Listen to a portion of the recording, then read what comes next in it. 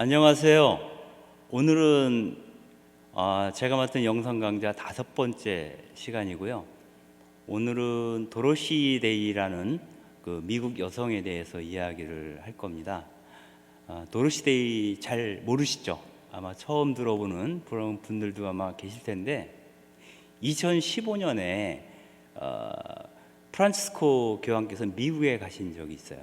그때 국회에서 상하원 합동으로 연설을 그분께서 하셨는데 그 자리에서 교황께서 미국의 위대한 영혼 4사람을 얘기를 했습니다.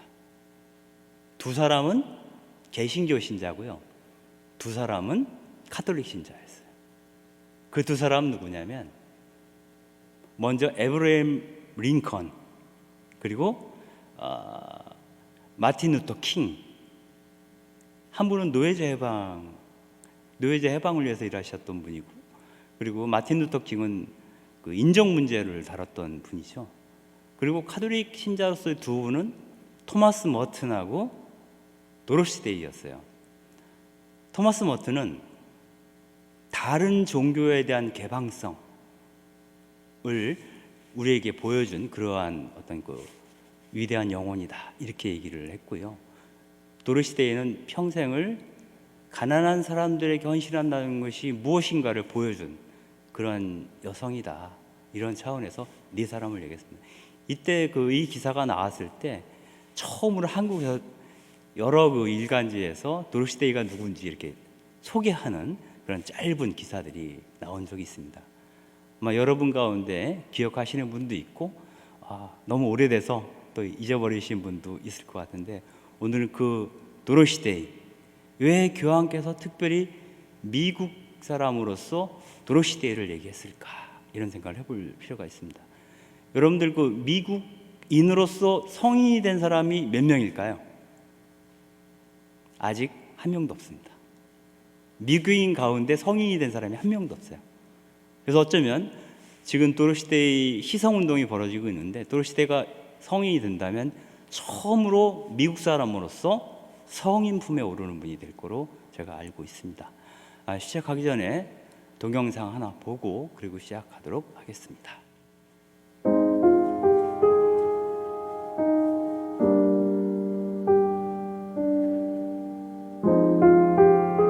Dorothy Day, servant of God. Dorothy Day, who died on November 29, 1980, was widely regarded as the radical conscience of the American Catholic Church.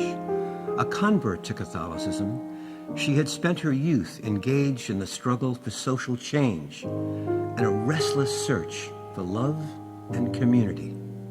The great turning point in her life came in 1926 as she was living on Staten Island with a man she deeply loved when she discovered that she was pregnant.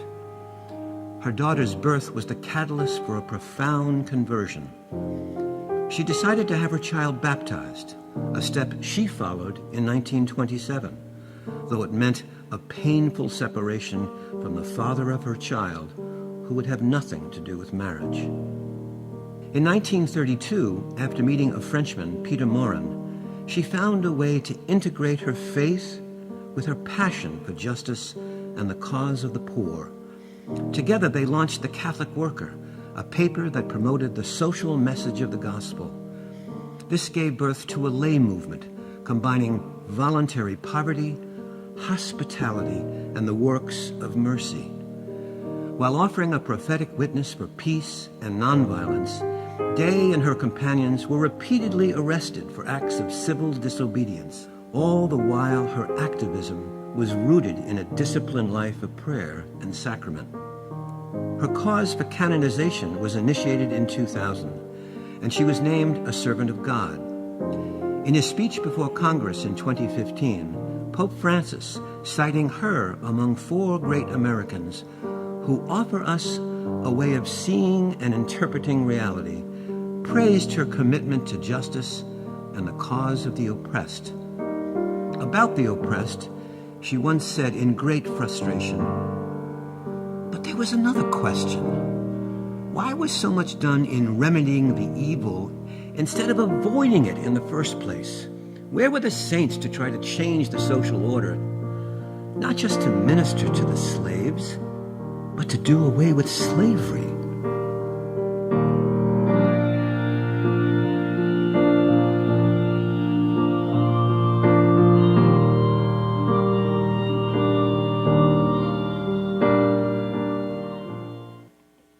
그동안 성인들 가운데에서 이른바 사회적 영성, 즉 사회 문제를 해결하기 위해서 나섰던 그런 활동가라든가 그런 인물들 가운데 성인이 된 사람은 사실 없습니다. 근데 최근에 프란시스코 교황께서 로메로 대주교를 희성을 하셨죠. 그게 아마 첫 번째 케이스가 될 것 같고요. 그리고 도로시 데이가 희성이 된다면 아마도 두 번째 케이스가 될 것 같아요. 그래서 어떤 그 개인의 영적 변화와 또 가난한 이들에 대한 어떤 그 베품, 이런 차원을 떠나서 이 사회 구조 자체를 그 복음적으로 변화시키기 위해서 노력하는 어떤 성인의 전범으로서 그 로메로 대주교나 혹은 그 도로시 데이가 그 역할을 하게 되지 않을까. 또 수많은 남녀에게 그러한 영감을 불러일으키지 않을까, 이런 기대들을 하고 있습니다. 그런데 이른바 좀 좌파 쪽에 기울어져 있는 사람들은 도로시 데이가 희성되는 것을 그 반대하는 측면이 있어요. 그건 뭐냐면 그 도로시 데이가 낙태나 피임에 대해서 반대하거든요. 이것이 진보적인 견해가 아니라는 거예요. 그리고 우파 쪽 사람들은 그 도로시 데이가 사회주의를 선호하지 않는가? 이런 혐의를 갖고 있어요. 또 그러한 생각을 갖고 있는 사람을 성인으로 희성하는 게 적절한가에 대해서 문제 제기를 하고 있습니다. 그럼에도 불구하고 뉴욕 교구의 그 티모시 돌란 추기경 같은 경우에는 교구장인데요. 그 도로시 데이의 희송 운동을 위해서 굉장히 열심히 노력을 하고 있어요. 그래서 제가 그 한 5년쯤 전에 뉴욕에 갔을 때 도로시 데이의 손녀 그 마샤라고 있습니다. 그 마샤를 만났는데 그 마샤랑 같이 그 도로시 데이 그 유해가 묻혀 있는 그 무덤에 간 적이 있습니다. 그때 물어보더라고요. 지금 그 추경님께서 이 무덤을 그 뉴욕 맨하탄 한가운데 있는 성 베드로 성당으로 옮겼으면 좋겠는데 그 얘기를 계속 하시는데 어떻게 하면 좋겠냐, 이런 질문을 하시더라고요. 뭐냐면 도로시 데이의 무덤이 그 스탠튼 아일랜드라고 하는, 그러니까 뉴욕 남쪽에 있는 외진 곳에 있어요. 그러니까 사람들이 찾아와 보질 않아요. 그리고 무덤에 가도 아무것도 없어요. 조그만 표지석밖에 없어요. 그러니까 이 사람을 성인 품에 오리려면 희성운동을 해야 되는데, 그러려면 대성당 옆에 교회 묘지에 있어야 사람들이 들락날락하면서 자꾸 이렇게 보고, 그래야지 좀 분위기가 살지 않겠냐. 그러니까 옮겼으면 좋겠다, 이런 얘기를 하시는 것 같더라고요. 그래서 제가 그때 그 마샤한테 그런 얘기를 했어요. 한국 같은 경우에도 그 광주에 그 5.18 때 죽은 사람들의 묘역이 두 군데 있다. 옛날 구묘역이 있고 나라에서 새로 조성한 신묘역이 따로 있죠. 그래서 거기서도 유해는 그때 5.18 때 돌아가신 분들 유해를 구묘역에서 신묘역으로 옮겼는데, 그 신묘역으로 그 유해를 옮기더라도 구묘역 자체도 그대로 보존을 했다. 그래서 보통 오시는 분들이 원래 묻혀있던 구묘역도 가서 보고, 그 다음에 신묘역도 가서 참배를 하기도 한다. 아마 그거를 좀 참고하면 도움이 되지 않을까? 이런 얘기를 한 적이 있습니다. 아무튼 그 도로시 데이는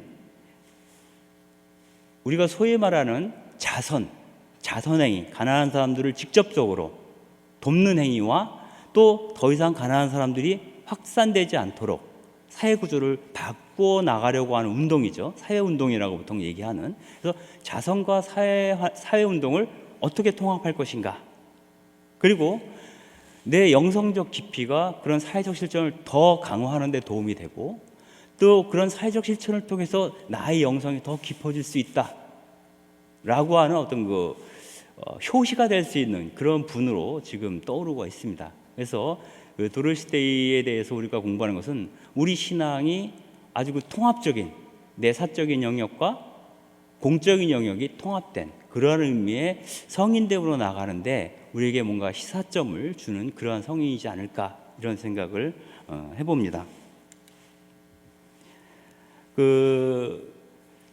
도로시데이뿐만이 아니라 우리가 알고 있는 많은 그 성인들이, 이냐시오 성인도 마찬가지고요, 또 우리가 잘 알고 있는 아시시의 프란치스코 성인도 마찬가지고, 굉장히 그 복음서 안에서 특별한 어떤 그런 그 귀절에서 영감을 많이 받았어요.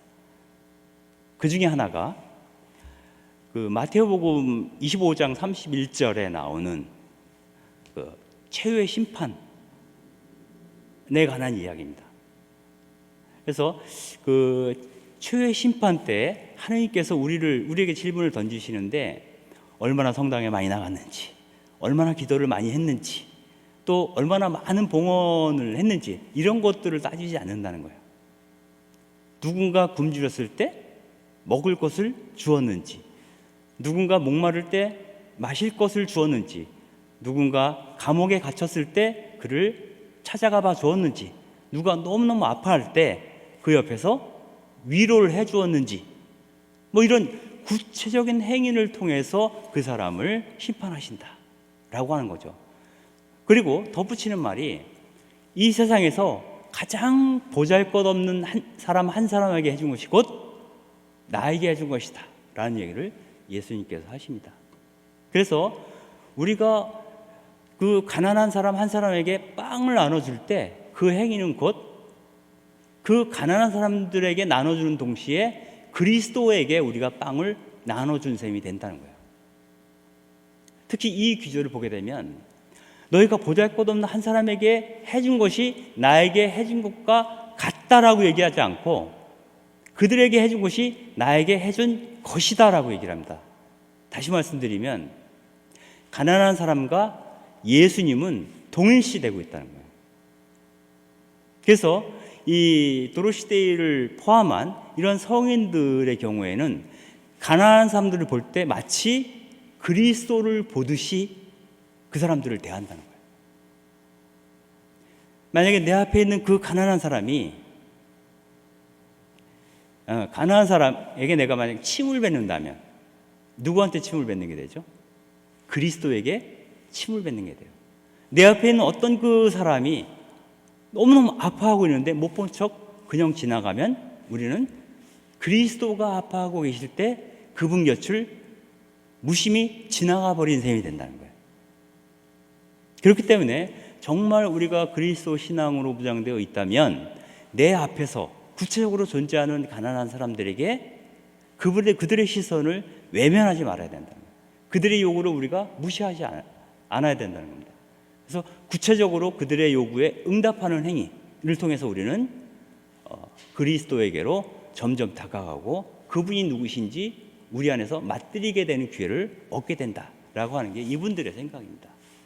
도로시데이도 그러한 관점에서 자기 일을 시작했던 그런 여성이라고 볼 수가 있겠습니다.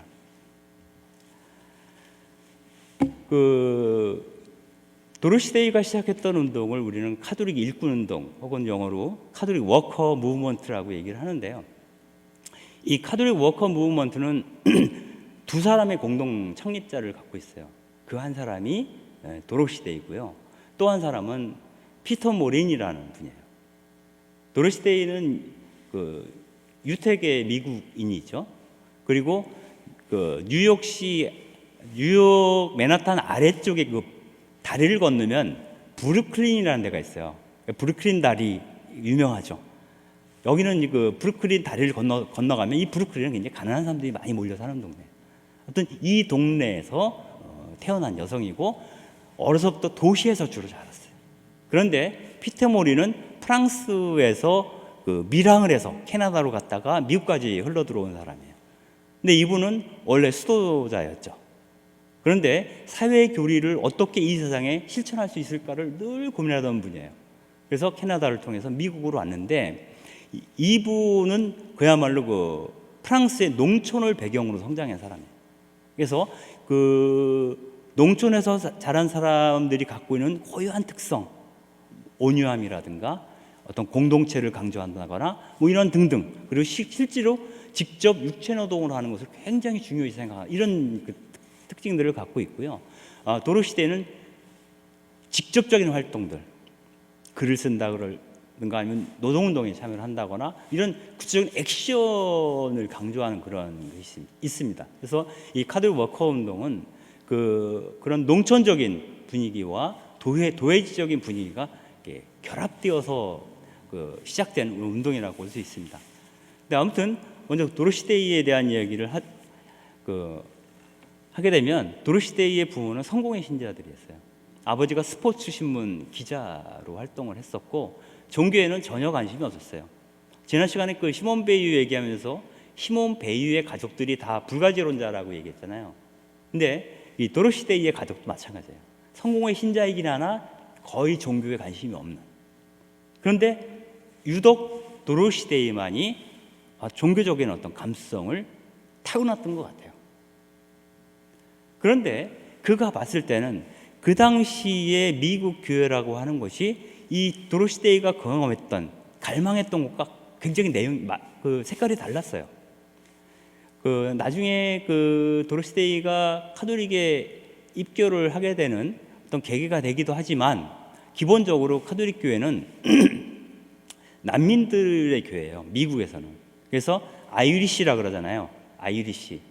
아일랜드에서 넘어온 난민들이 주로 카톨릭 신자를 이루고 있어요. 미국 교회에서는. 그래서 난민들을 위한 교회, 난민들의 교회라는 의미에서 비교적 그 사회 안에서 가난한 교회예요. 그리고 사회의 비주류예요. 미국 사회. 여러분들 미국 대통령들이 굉장히 많은데 미국 대통령 가운데 카톨릭 신자가 누가 있을까요? 몇 명이나 있을까요? 역대 미국 대통령 가운데 카톨릭 신자는 단 한 명밖에 없습니다. 아직까지도. 누구죠? 케네디 대통령. 한 사람이에요. 그만큼 미국 사회에서 카톨릭이 비주류라는 거예요. 그래서 그것이 갖고 있는 좋은 점도 있지만 또 다른 어떤 난점이 있었어요. 그건 뭐냐면 카톨릭 교회가 미국 사회 안에서 정착하고 자기 발언권을 갖고 입지를 굳히기 위해서 어디에 매달리냐면 애국심에 매달리게 돼요. 그래서 지금도 패트릭 대성당에 가면 그 뒤에 성조기가 딱 걸려 있어요. 그러니까 우리는 미국을 너무너무 사랑합니다라는 것을 계속 강조하는 거예요. 그러다 보니까 굉장히 국가주의적인 입장, 국가의 방침에 굉장히 동조하는 입장에 서게 돼요. 이것이 뭐냐면 미국 카톨릭 교회를 보수적인 교회로 만드는 결과를 초래했어요. 그래서 미국 사회 안에서도 카톨릭은 소위 도로시데이가 고민했던 그런 어떤 사회 변혁이라든가 이런 데 전혀 관심이 없는 그런 교회였어요. 그래서 도로시데이는 영적인 갈증이 있었지만 종교에 기이하지 않고 공산주의자들이나 사회주의자 혹은 아나키스트들과 어울리게 됩니다. 젊은 시절에. 그래서 더 콜이라는 잡지가 있는데 부름이라는 뜻이죠. 그 콜 잡지가 좌파 언론이에요. 여기서 이제 기자로 활동을 열심히 했죠. 근데 그 영적인 갈증을 해소를 못하니까 영적인 갈증을 무엇으로 해소하냐면 이렇게 얘기해도 좋을지 모르겠는데 남자들과의 관계 이런 것이 좀 있었어요.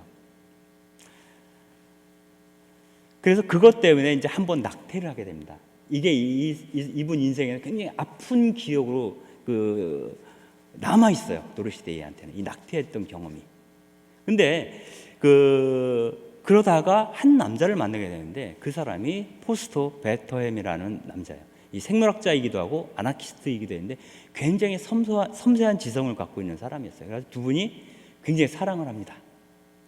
그리고 도로시데이가 자기가 살아왔던 그 시절을 소설로 쓰는데 7번째 처녀라는 책을 써요. 소설을. 근데 그것이 굉장히 많이 팔렸어요. 그래서 그 인세를 받아서 스탠튼 아일랜드라는 곳에 땅을 사고 집을 짓게 됩니다. 여기서 이제 포스터 베터햄과 함께 동거를 시작을 합니다. 근데 동거를 하면서 임신을 하게 돼요. 애를 갖게 되는데 여기서 이제 문제가 생깁니다. 포스터 베터햄은 아나키스트라고 그랬죠.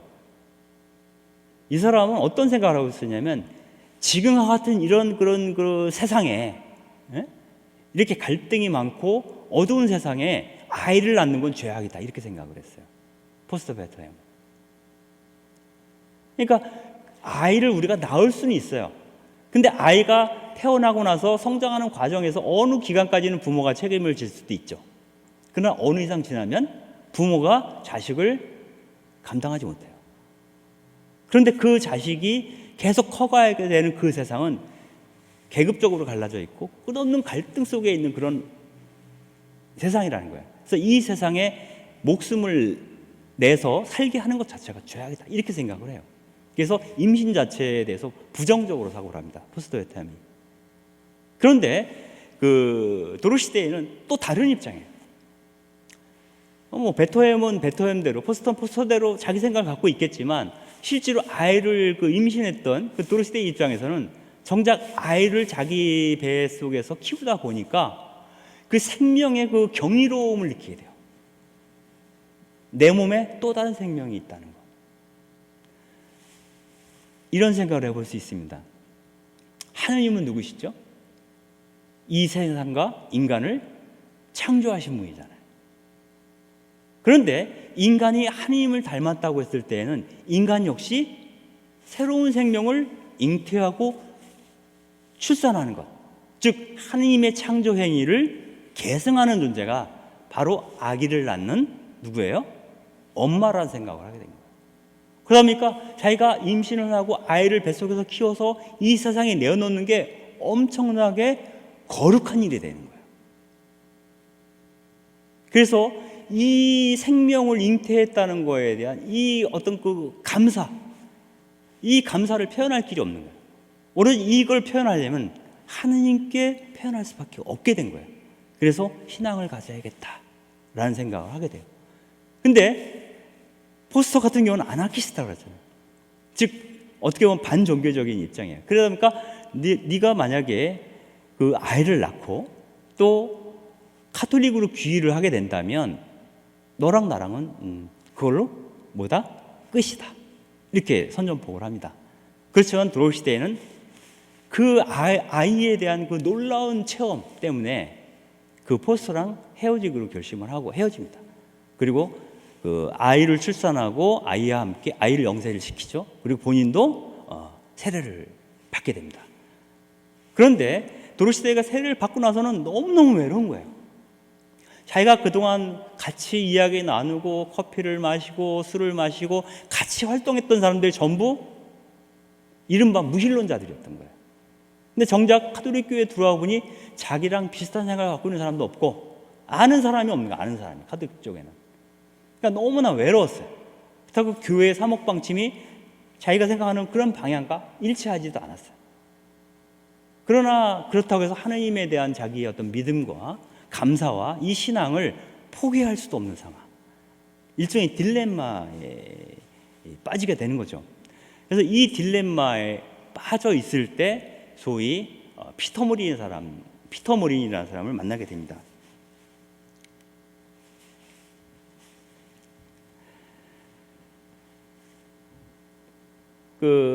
이때 도로시 데이가 고민했던 게 그겁니다.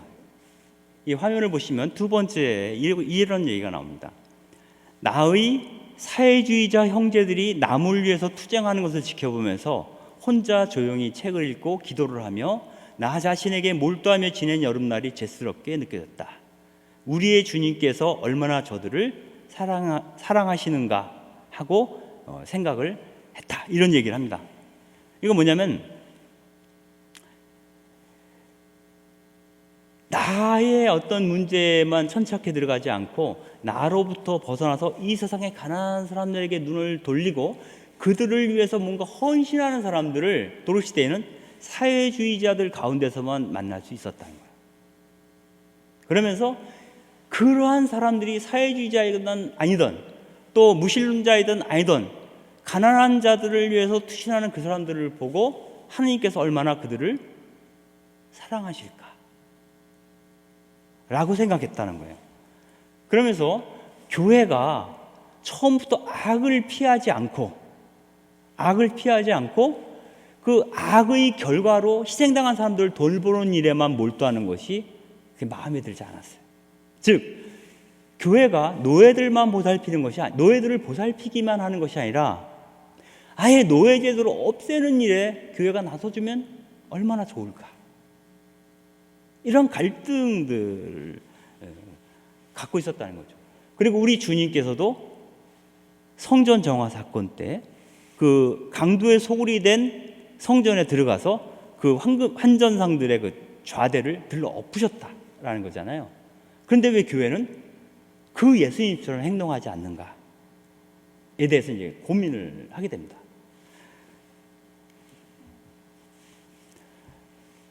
그러던 어느 날 워싱턴까지 뉴욕에서 워싱턴까지 그 실업자들이 거리 행진을 하게 됐어요. 그걸 취재를 나갑니다. 도로시 데이가 기자로서 취재를 나가는데 워싱턴에 갔을 때 거기 워싱턴에 있는 카톨릭 대학교에 있는 성모 무용시대 성당이라는 곳에 가서 잠시 기도를 했어요.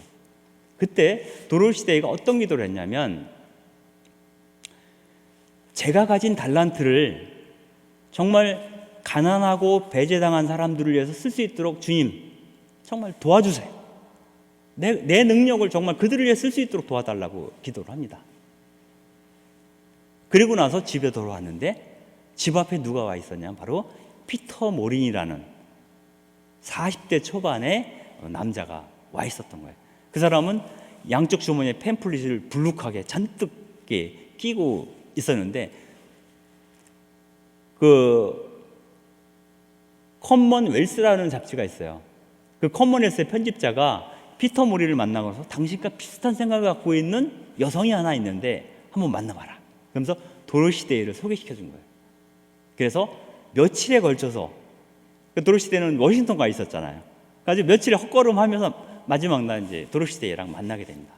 그래서 그런 소개를 받아왔고 그리고 내 생각은 이렇다라고 하면서 피터 모린이 자기가 생각하는 구상하고 있는 거를 쭉 얘기를 합니다.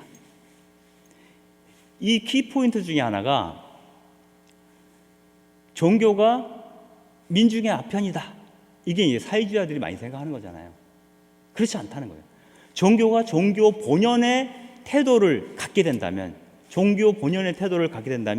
종교야말로 민중의 아편이 아니라 민중의 희망이 될 거다. 그러면 그 교회가 종교 본연의 태도를 갖는다는 건 뭐냐? 바로 이 세상을 복음적으로 성화시키는 거죠. 복음적으로 성화시킨다는 게 뭐예요? 복음에서 말한 대로 이 사회가 움직이도록 만드는 거예요. 복음에서 어떻게 얘기합니까? 가난한 자들은 행복하다. 그들은 하나님 나라를 차지하리니. 지금 배고픈 자들은 행복하다. 정말 배불리 먹을 것이니.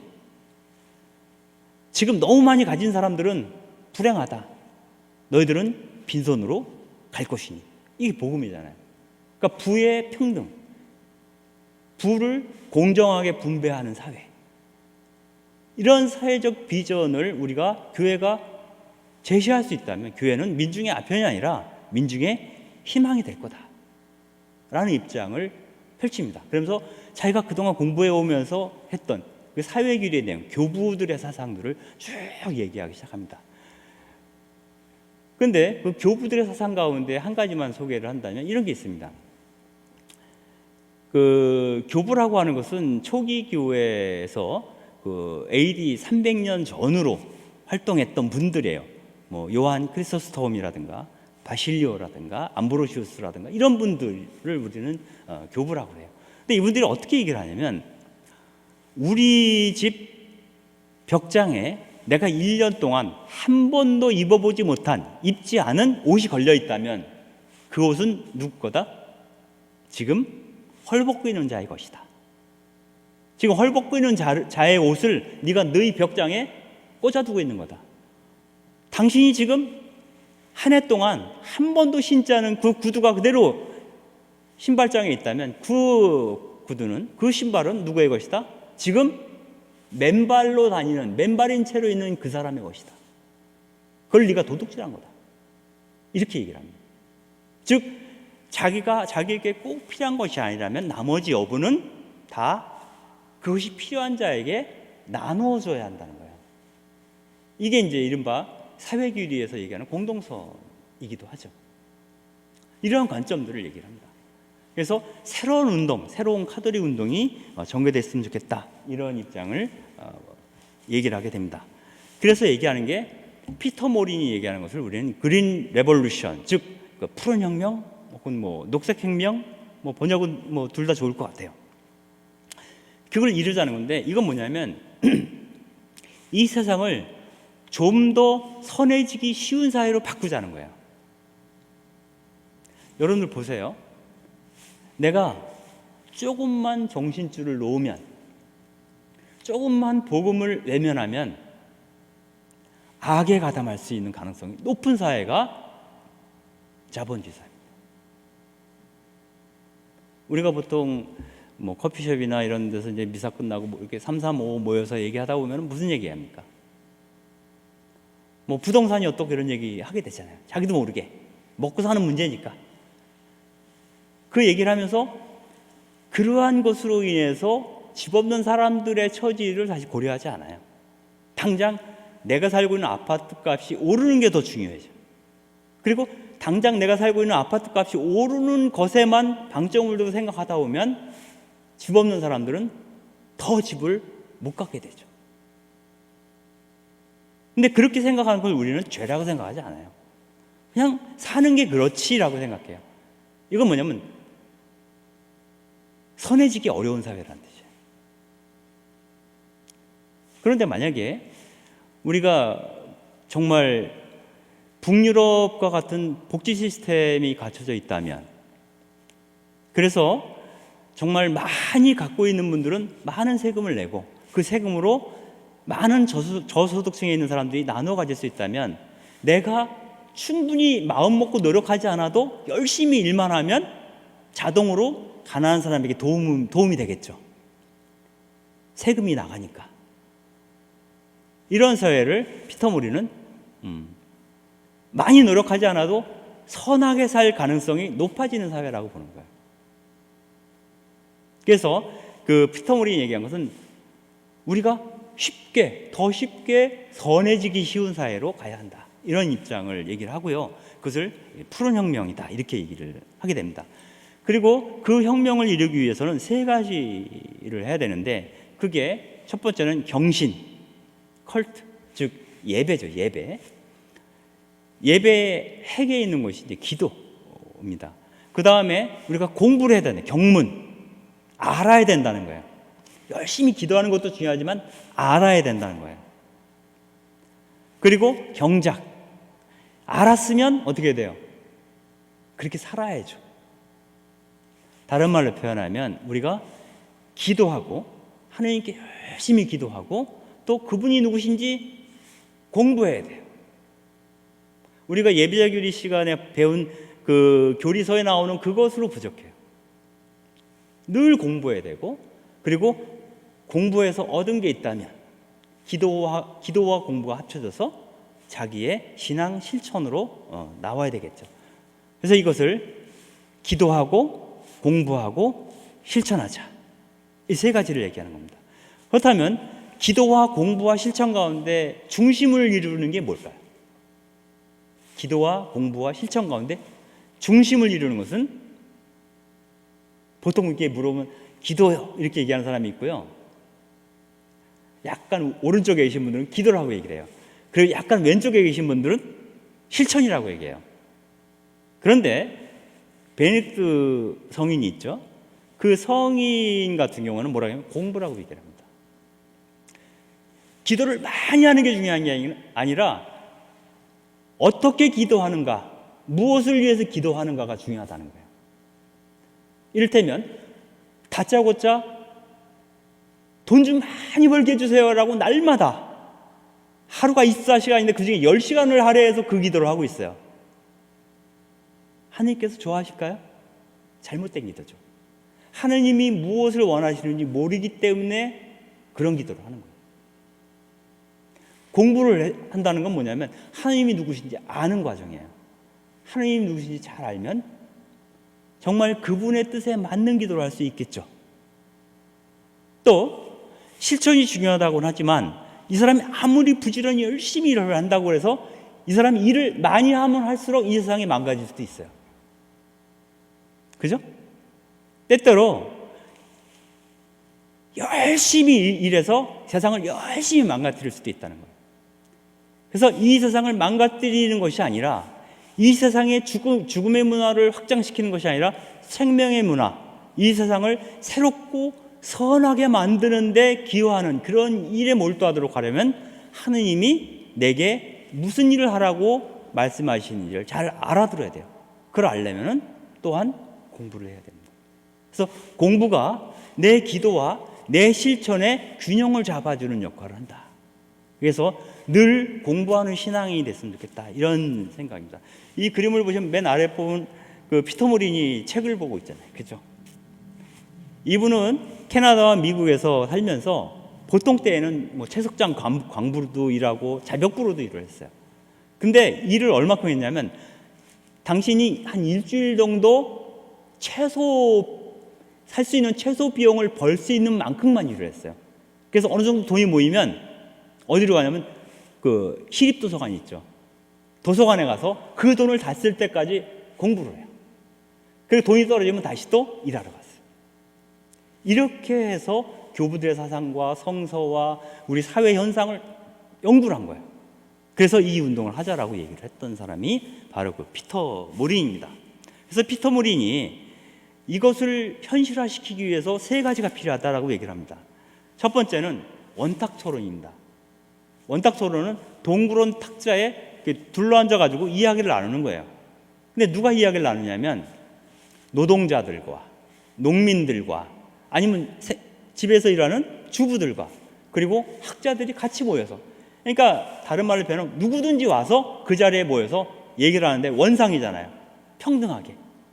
그러다 보면은 노동자들은 자기가 현장에서 느끼던 것을 이것만이 진리다라고 얘기를 하면 경험주의예요.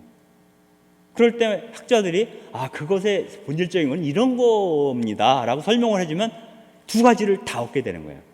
현장 경험과 이론적인 것을. 그리고 학자들은 자기 이론이 탁상 공론이 되지 않게 돼요. 실제로 이 세상을 살아가는, 직접적으로 생활전선을 살아가는 사람들의 이야기를 들으면서 공부를 하고 연구를 한다면 그것이 실효성 있는 학문이 되겠죠.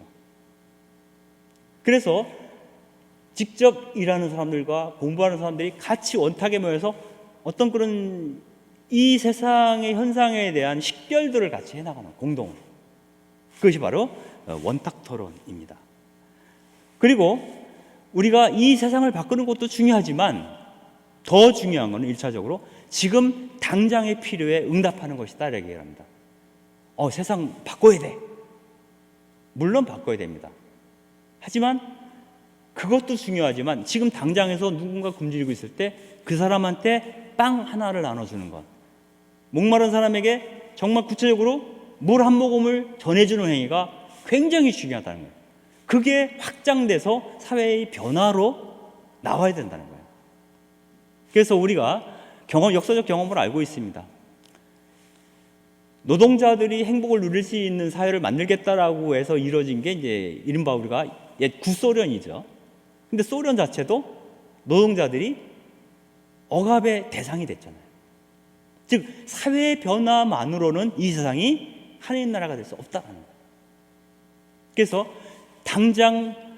당장의 필요에 응답하는 행위로서 환대의 집을 열자. 이 환대의 집은 뭐냐면 처음에 이렇게 얘기를 합니다. 좀 이따 잠깐 또 설명드리겠지만 그 환대의 집이라고 하는 것은 노숙인들이나 실업자들이 먹을 게 없잖아요. 그럼 그 사람들에게 먹을 것을 주는 겁니다. 그리고 신을 것을 주는 겁니다. 그리고 그런 사람들이 목욕할 곳이 필요해요. 목욕할 수 있는 시설이 되어 있어요. 그리고 다시 직업을 얻기 위해서는 공부를 해야 돼요. 그래서 그들이 공부할 수 있는 독서실 같은 그러한 것들도 제공을 합니다. 그리고 당장 잘 데가 없으니 조건이 된다면 그런 사람들이 잠시라도 머물 수 있는 공간을 제공해 주는 것이 환대집이죠. 그리고 또 하나 피터 모린이 생각했던 것이 농경 공동체입니다. 농경 공동체는 뭐냐면 시골의 농장을 마련해서 여기에 그 노동자들과 농부들과 또 학자들이 같이 사는 연습을 하는 곳이라는 거죠. 같이 사는 연습을 하는 곳. 그런 것으로서는 농촌이 가장 적합하다. 그래서 이 농촌이라는 것이 갖고 있는 가장 큰 의미는 뭐냐면, 농촌에서는 자기가 어떤 경험을 갖고 살아왔던 게 누구든지 다 할 수 있는 일이 있다는 거예요. 그리고 그 공장 노동이라고 하는 것은 기본적으로 기계를 매개로 하는데, 농장에서 하는 노동은 큰 기회가 없어도 돼. 그냥 괭이 하나만 있으면 되기도 하고 홈이 하나만 있어도 일을 할 수가 있어요. 다시 말씀드리면 손노동, 핸드메이드죠. 손노동이 굉장히 중요하다는 거예요. 손노동. 그리고 그 노동의 결과를 직접 자기가 볼 수 있는 노동. 우리가 공정노동 같은 경우는 분업을 하기 때문에 그 전 과정을 노동자들이 모르잖아요. 자기가 하는, 나사 조이는 사람은 나사 조이는 그 분야밖에 몰라요. 거기서는 자기 노동의 성취감을 느낄 수 없다라고 보는 게 이제 피터 모리니입니다. 그래서 그 농사를 지면서 어떤 노동의 통합성 이런 걸 훈련하는 곳으로 갔으면 좋겠다, 이런 제안을 합니다. 그런데 이런 것은 그 더 선해지긴 사회를 만들기 위한 하나의 그 방법들인데, 이 방법들은 당장 실현할 수가 없어요. 준비가 돼야 돼요. 그때까지는 이런 생각들을 많은 사람들이 같이 공유하는 과정이 필요합니다. 그래서 신문을 만들자고 제안을 합니다. 그런데 도로시 데이가 기자 출신이잖아요. 그래서 자기 집에서 타자기, 부엌에다가 그 타자기 하나 갖다 놓고 신문을 만들기 시작을 합니다. 그게 카톨릭 워커라는 신문입니다.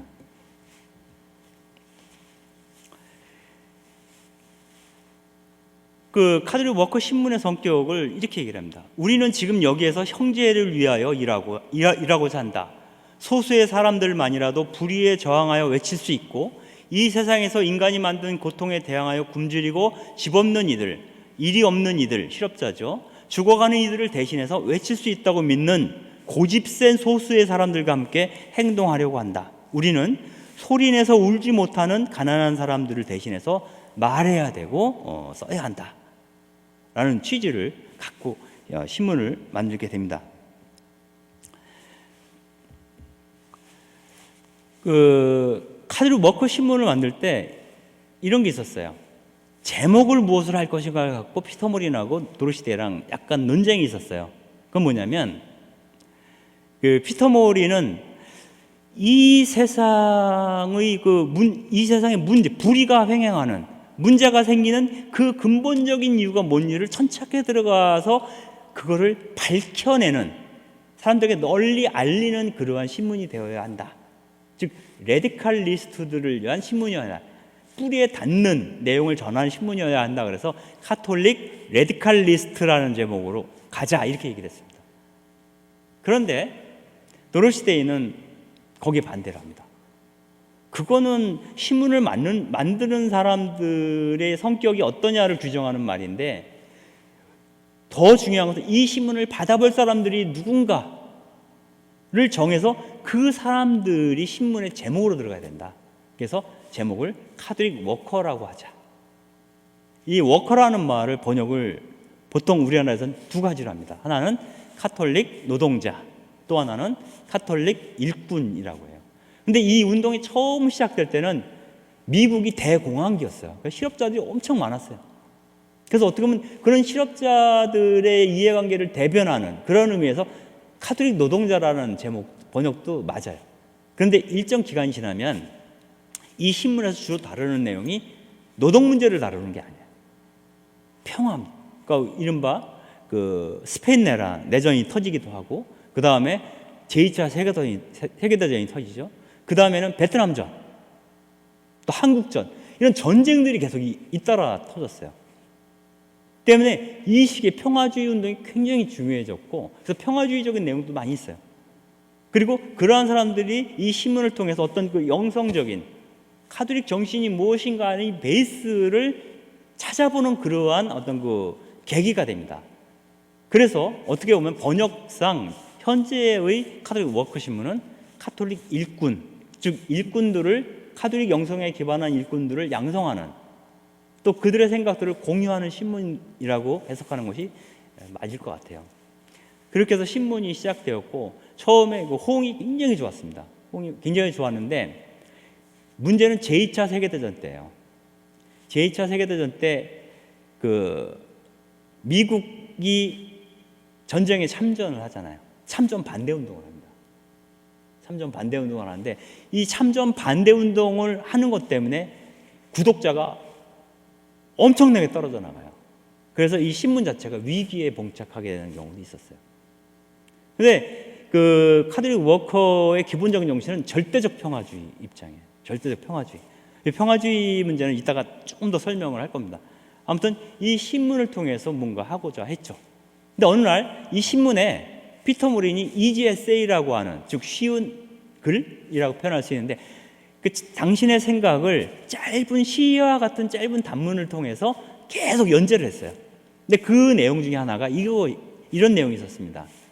예전에는, 고대교회죠. 예전에는 주교관 옆에 항상 그 호스피스, 그러니까 그 순례자 집이 있었다는 거예요. 나그네들을 위한 환대집이죠. 그래서 그 집 없는 사람들이 그 집에 묵을 수 있도록 구비원 같은 거를 마련했어요. 그런데 그 전통이 언젠가부터 없어졌죠. 최근에 프란시스코 교황께서 바티칸에 그 노숙자들을 위한 쉼터를 만들었죠. 거의 2000년 만에 처음 있는 일이죠. 그런데 한국교회만 해도 한국교회 주교자 성당 옆에 혹은 주교관 옆에 그런 구빈원이나 그런 노숙자 쉼터가 있는 곳이 있습니까? 없거든요. 근데 고대교회는 항상 그런 게 있었어요. 주교의 책무는 사실상 크게 봐서 두 가지입니다. 주교의 책무는 전통적으로 첫 번째는 교도권입니다. 이 세상의 질서에 대해서 복음적 시각에서 읽어주는 거예요. 그게 주교의 책무의 가장 중요한 겁니다. 또 하나는 가난한 아이들을 보살피는 거예요. 근데 지금 교회는 교도권은 행사하지만 가난한 자들을 보호할 의무, 그 책무는 주교들의 직접적인 의무처럼 느끼지 않고 있어요. 그러니까 그 부분을 지적을 한 거예요. 그랬더니 어느 날 한 노숙인이 이 카드릭 워커 신문 편집실 옆을 지나가면서 물어보는 거예요. 근데요, 그 환대집 어디 있어요? 라고 물어본 거예요. 환대집이 있는 줄 알았던 거예요, 그 사람은. 그 신문을 보고. 그러니까 도로시데이가 들어오세요. 그래서 거기서 커피랑 밥을 대접을 한 거예요. 그러면서 환대집이, 원래 환대집을 짓고 하는 게 아니라 노숙인 중에 한 사람이 질문을 하는 바람에 그때부터 환대집이 시작이 됩니다. 한 사람이 들어오고 두 사람이 들어오고 그 다음에 무료급식하면서 사람들이 줄을 서게 되는 거죠. 공항기니까 배고픈 사람이 너무너무 많았거든요. 그래서 그렇게 해서 환대집도 시작을 하게 됩니다. 이 환대집은 그겁니다. 아까 마태복음 25장에 그 얘기 있었죠. 낯선 이들을 받아들인다는 것. 어떤 낯선 사람을 만났을 때 그 사람을 받아들인다는 건데, 이 낯선 사람이라는 것을 우리는 그 불청객이라고 해요. 불청객. 그 불청객이라고 하는 것은 그 우리 집에 발을 들어오게 하기가 좀 꺼림직한 사람을 얘기하는 거예요. 여기서 환대의 집이라는 표현을 쓰잖아요. 이 환대라고 하는 것은 바로 이런 불청객을 받아들인 것을 환대라고 해요. 어디 갔는데 내가 환대를 받았어. 이렇게 보통 얘기할 때는 우리가 자기 친구들이나 인척들을 불러서 환대하는 것은 쉬워요. 오늘 우리 집에 와. 오늘 바비큐 파티 할 거야. 환대할 수 있어요. 그러나 낯선 사람을 불러다가 자기 식탁에서 밥을 먹게 하기 쉽지 않아요. 그러나 우리가 어렸을 때 보면은 길가에 그 거지들 지나가면 부모님들이 불러다가 밥 한 술을 먹여서 보내는 경우가 많았어요. 그게 바로 환대죠. 바로 그런 걸 할 수 있는 집을 만들자는 거예요. 이 환대의 집과 관련돼서는 여러 가지 에피소드가 있습니다. 그 중에 몇 가지를 얘기하겠습니다.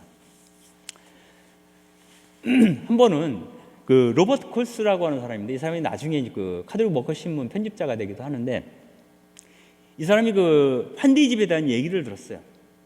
그래가지고 그 뉴욕에 가면 맨하탄에 그 메리하우스라고 있습니다. 메리하우스는 여성들을 위한 노숙인 쉼터 내지는 그 무료 급식소라고 볼 수가 있는데, 거기에 로버트 콜스가 찾아간다. 대학생 시절에 찾아갔는데 딱 가보니까 도로시데이랑 어떤 그 노숙인 여성이 같이 이야기를 나누고 있는 거예요, 식탁에서. 근데 이야기가 끝이질 않아요. 그러니까 그 뒤에 멀찍이 앉아가지고 그 의자에 앉아서 기다리고 있는데 한참 얘기를 나누더니 중간에 도로시데이가 이렇게 그 노숙인 여성이 알코올릭도 그러니까 뭐 했던 얘기 또 하고 했던 얘기 또 하고 막 그러잖아요. 그리고 혼자서 막 성을 내기도 하고 막 그래요. 근데 그런 광경들을 다 지켜본다. 그때 도로시데이가 그걸 아주 인내심 있게 다 들어주면서 예예 하면서 이제 듣고 있었어요. 근데 약간 틈이 나니까 이제 도로시데이가 로버트 코스에 옵니다. 와서 이렇게 질문합니다. 누구랑 대화를 하기를 원하십니까? 이렇게 물어봅니다. 즉 로버트 코스라고 하는 이 친구가 나랑 대화를 하고 싶은 건지 아니면 저 여성과 대화를 하고 싶은 건지 누구랑 대화를 하고 싶으신 겁니까? 라고 물어봐요. 이 말을 듣고 이 콜스가 충격을 받아요. 그래가지고 그 카드리 워커의 매력을 느껴서 거기 편집자로 들어가게 되는데, 이 도로시데이의 의식 안에는 이 행여자 여성과 자신과 인간적으로 똑같다는 거예요. 그리고 한 젊은이가 도로시데이를 만나서 이야기를 나누는 가운데 무언가를 배울 수 있어요. 많은 걸. 그렇지만은 그 행여자인 여성을 만나서 이야기를 해도 많은 걸 배울 수가 있어요, 사실은. 다른 식으로 말씀드리면, 우리가 길에 나가서 많은 사람들이 지나가잖아요, 행인들이. 그 중에서 아무나 탁 잡고 1박 2일 동안 그 사람이 살아온 얘기를 들으면 다 역사예요. 심상치 않은 그런 얘기가 없어요. 구구절절히 그 파란만장한 삶 속에서 지금 이 사람이 어떤 처지에 있든 상관없이 많은 이야기를 하게, 그 안에서는 나에게 교훈을 줄 수 있는 빛나는 보석 같은 이야기가 거기에 담겨 있다는 거예요. 이 세상 어느 사람에게나. 마찬가지로 도로시데이 입장에서는 그 술 취한 여성과 자기 자신이 하느님 앞에서는 똑같다는 거예요. 똑같이 소중한 인격들이라는 거예요. 그래서 콜스에게 어느 분과 이야기를 나누고 싶냐라고 얘기를 했던 거죠. 또 한 번은 어느 날 환대의 집에 한 귀부인이 찾아왔습니다. 찾아와서 이런저런 얘기를 하고 돌아가면서 도로시데이에게 다이아몬드 반지를 빼서 희사를 하고 가요. 그러니까 도로시데이가 그걸 받아서 주머니에 이렇게 잠깐 넣었던 거예요. 근데 마침 늘 이 집에 자주 찾아오던 노파가 있었어요. 행여자죠. 그 노파가 찾아오니까 그 노파에게 이 반지를 내줍니다. 쓰라고. 그래서 그 노파가 그 반지를 받아서 갔거든요. 그러니까 이제 거기서 같이 일하던 봉사자들이 있어요. 이 봉사들이 쫓아옵니다. 도로시데이한테. 아, 선생님, 그거를 그냥 그 저분한테 드리면 어떡합니까? 그거를 금은방에 가서 팔아서 그 돈으로 저분 월세를 내주거나 혹은 뭐 쌀을 사주거나 뭐 그렇게 해야 되는 거 아닙니까? 저 사람이 저걸 갖다가 술 먹고 다 써버리면 어떡합니까? 라고 문제 제기를 해요. 그때 도로시데이가 이렇게 얘기를 합니다. 하느님께서는 다이아몬드를 귀부인들만 손가락에 끼고 다니라고 창조하지 않았습니다. 이렇게 얘기를 합니다. 저분께서 저 반지를 가져가서 술을 사 먹든 바하마로 놀러를 가든 아니면 월세를 내든 혹은 그것을 손가락에 끼고 다니든 그건 그 사람의 몫이라는 거예요.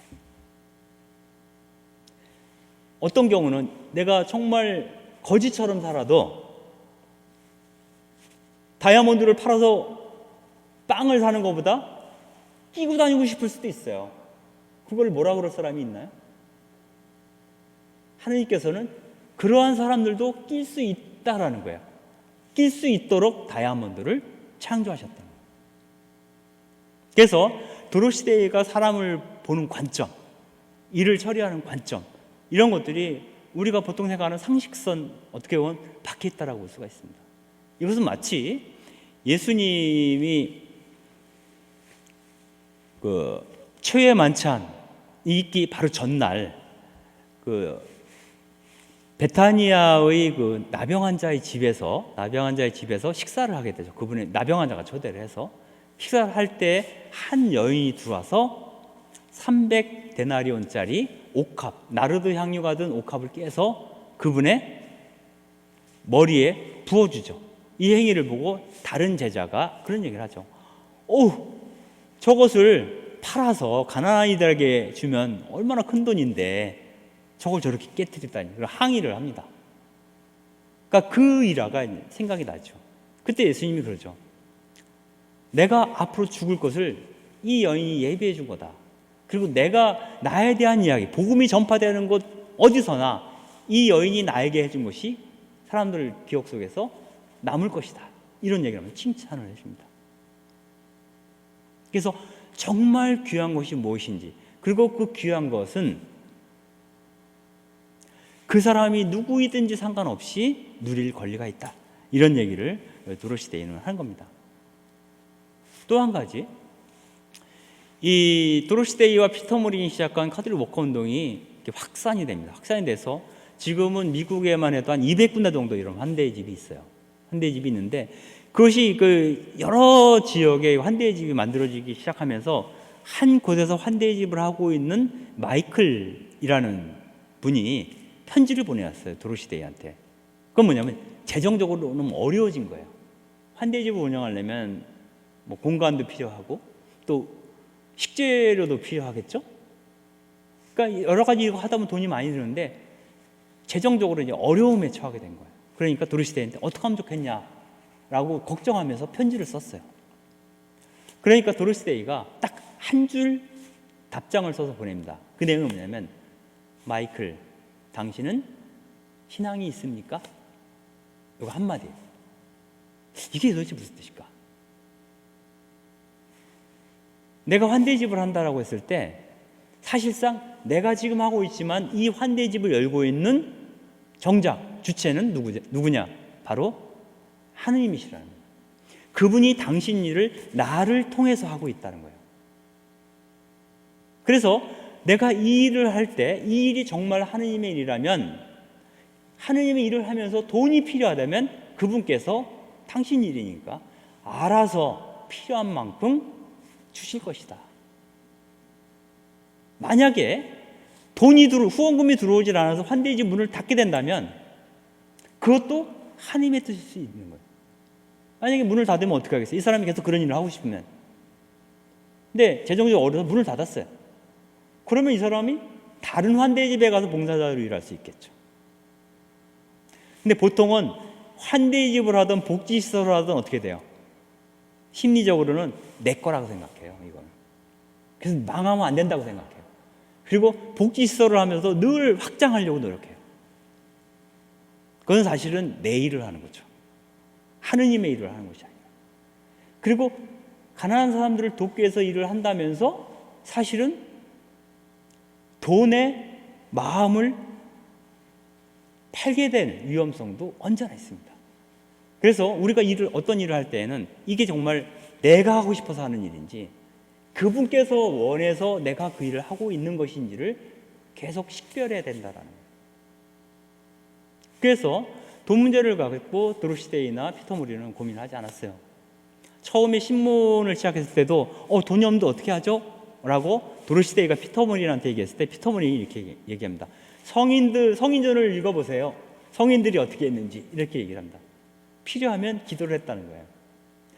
그래서 그 카톨릭 워커에서는 그러한 어떤 그 풍습이 있어요. 습관이 있는데 뭐냐면 일을 하다가 돈이 필요하면 성 요셉상 밑에다가 필요한 액수를 적어서 이렇게 쪽지를 꽂아놓은대요. 그러면은 며칠 있다가 딱 그 액수만큼 돈이 들어온 경우가 굉장히 많았나 봐요. 그러니까 지금도 그 필요한 돈이 있으면 요셉상 밑에다가 액수를 적어서 이렇게 넣는 그런 풍습이 있대요. 워커들 사이에. 그래서 그분께서 당신이 원하시면 필요한 만큼 주신다라는 거죠. 그리고 기본적으로 환대집에서는 그 카톨릭 워커에서는 그 교회나 기업이나 정부로부터 돈을 받지 않습니다. 소액 후원자들, 뭐 우리 식으로 하면 1,000원, 5,000원, 10,000원 이렇게 소액으로 후원하는 사람들의 돈만 받아서 운영을 해요. 어느 기업에서 좋은 일을 하시는데 우리가 한 1,000만 원 드리겠습니다. 워커에서는 안 받아요, 그 돈. 왜일까요? 교회든 기업이든 정부든 돈을 줄 때는 다 이유가 있어요. 그리고 우리가 어떻게 됩니까? 큰 돈을 낸 사람이 있으면 무슨 일을 할 때 어떨 것 같아요? 눈치를 보지 않겠어요? 시키지 않아도? 그래서 자유롭게 투신하기 위해서는 한 몫의 돈을 받으면 안 된다는 거예요. 그게 첫 번째 이유고요. 두 번째 이유는 뭐냐면 소액을 후원하는 가난한 후원자의 손을 부끄럽게 한다는 거예요. 그게. 제가 1,000원을 기부를 했어요. 환대집에. 근데 그 옆에 오신 기업인 사장님께서 오셔서 그러니까 10,000원이 아니라 100만 원을 딱 기부하고 가셨어요. 그럼 내가 1,000원을 내다가 1,000원을 내는 이 손이 어떻게 해서 느낌이 부끄럽게 된다는 거예요. 중요한 것은 얼마가 뭐였느냐가 중요한 게 아니라는 거예요. 그러니까 카드리 워커에서는 10,000원이 있으면 10,000원어치 일하는 거예요. 그 10만 원이 들어오면 10만 원어치만 일을 해요. 100만 원이 들어오면 100만 원어치만 일을 해요. 그리고 들어온 돈은 다 써요. 남기지 않고. 저축하는 게 없어요. 다 써요. 1,000만 원이 들어오면 1,000만 원을 다 써요. 이런 방식의 일을 하는 거예요. 가난한 사람들을 100명에게 밥을 줬는지 10명에게 줬는지 그 숫자에 연연하지 않아요. 내 조건이 닿는 한에서 나누는 거예요. 그래서 아주 가난해도 누구나 다 나눌 수가 있다는 거예요. 단 10원이라도 100원이라도 1,000원이라도 100만 원을 나누는 사람과 1,000원을 나누는 사람과 똑같다는 거예요. 나누었다라는 점에서 마치 랩톤 주닙을 놓은 그 과부의 이야기와 같죠. 그래서 그리고 또한 누군가 이 환대집이나 워커에 후원을 한다는 건 뭐냐면 단순하게 돈을 낸다는 의미가 아니라 이 사람이 직접 와서 음식을 만들고 이럴 때 활동을 할 수가 없잖아요. 그러니까 이 사람은 돈을 내는 것을 통해서 그 활동에 참여하는 거라는 거예요. 그래서 그러한 사람들이 참여할 수 있는 기회를 박탈하는, 부끄럽게 만드는 일이 있어서는 안 된다. 그래서 큰 돈을 받지 않는다라는 것이 있습니다. 그게 이제 환대집의 규칙 중에 하나이기도 합니다. 그리고 종교를 대놓고 표방하지도 않아요. 뭐 개종하라 이런 얘기도 없어요. 그냥 환대집 가면 벽에 십자가 하나만 딱 걸려 있어요. 그리고 거기서 밥을 먹는 사람들이나 활동하는 사람들이나 다 그 사람이 종교가 무엇인지를 따지지 않아요. 그리고 메리 하우스도 그렇고 그 남자들이 머무는 성요셉 하우스도 그렇고 가보면은 이게 좀 뉴욕이 땅값이 비쌉니다. 그래서 좁은 공간에 높이 져요. 좁은 공간에 높이 지는데 보통 반지하 정도 되는 공간은 식당이에요. 맨 아래층이. 그 위에 사무실이 있습니다. 회의실이라. 그리고 그 위층부터는 방이에요. 숙소들이 있어요. 그래서 이 숙소에 머무는 사람을 풀타임이라고 얘기를 하는데 이 사람들 중에는 이 로버트 콜스처럼 대학생이나 이런 지식인들도 있어요. 나 여기서 뜻을 갖고 일하고 싶다 라고 해서 찾아오는 사람도 있어요. 그런데 절반 이상은 이 집에 밥을 먹으러 노숙자들이에요. 이 방이 비면 평소에 이 집에 자주 오던 사람 가운데 알코올릭 있는 사람은 못 들어와요. 공동체가 깨지기 때문에.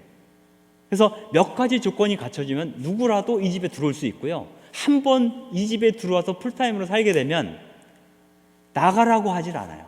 이 사람이 있고 싶을 때까지 있을 수 있어요. 평생 있을 수도 있어요.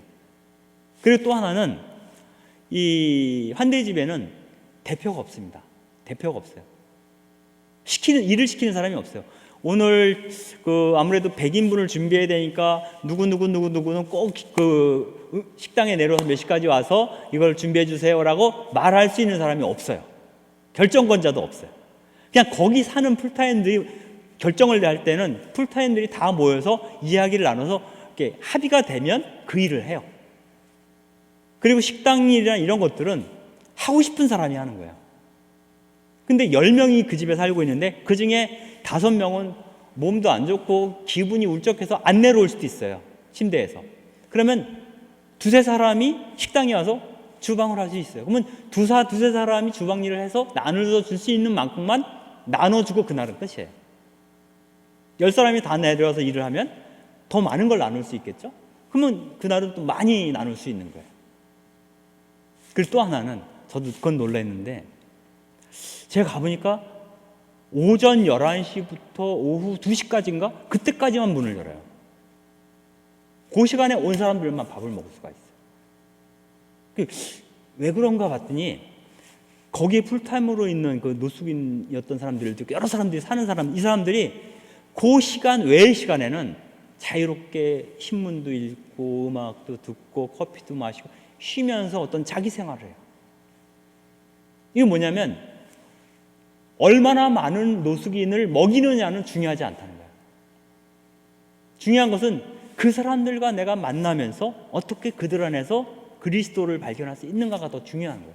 그래서 환대집에선 많은 사람을 먹이는 것이 목적이 아니라 그러한 먹이는 행위를 통해서 그들과의 만남을 통해서 내가 그리스도에게 얼마나 더 가까이 갈 수 있는가,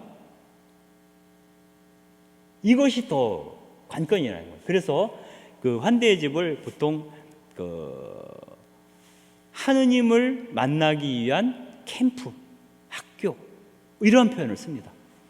그래서 많은 사람들이 왔다가 일정한 기간이 지나면 다시 나가죠. 나가서 그 정신으로 밖에 나가서 세상에서 살아요. 그래서 자기가 사는 곳을 복음적으로 변화시키는 일을 하게 되는 그러한 형식으로 갑니다. 그래서 굉장히 자유로운 공동체인데, 이건 뭐냐면 기본적으로 도로시 데이 자신이 아나키스트적인 어떤 그런 분위기에서 성장을 했기 때문에 이 환대의 집도 그러한 것 같아요. 일하고 싶으면 일하고 쉬고 싶으면 쉬고, 그 사람의 자발성에 기대는 거예요. 이 자발성에 기대는 것은 또 다른 의미에서 인격주의를 표방하기 때문에 그렇기도 해요. 어떤 사람에게 당신 이거 하시오라고 말할 수 없다는 거예요. 그 사람이 그 일을 할 때까지 기다려주는 거예요.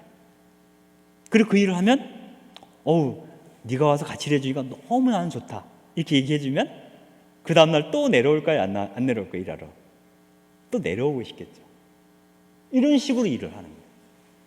그러니까 그 함께하는 사람들이 함께한다는 이유만으로 어떤 강요를 받는 게 없어요.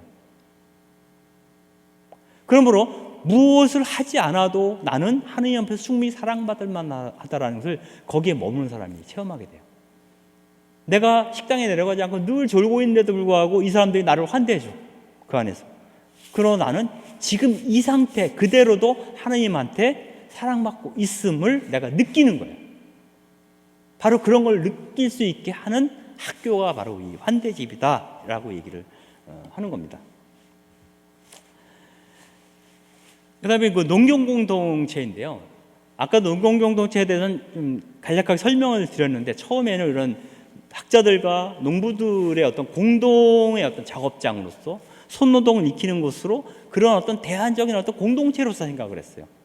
같이 기도하고, 같이 일하고, 같이 먹고, 이런 공동체, 같이 토론하고. 그런데 이게 해보니까 잘 안 된 거예요. 한 가지만 말씀드리면 그런 거예요.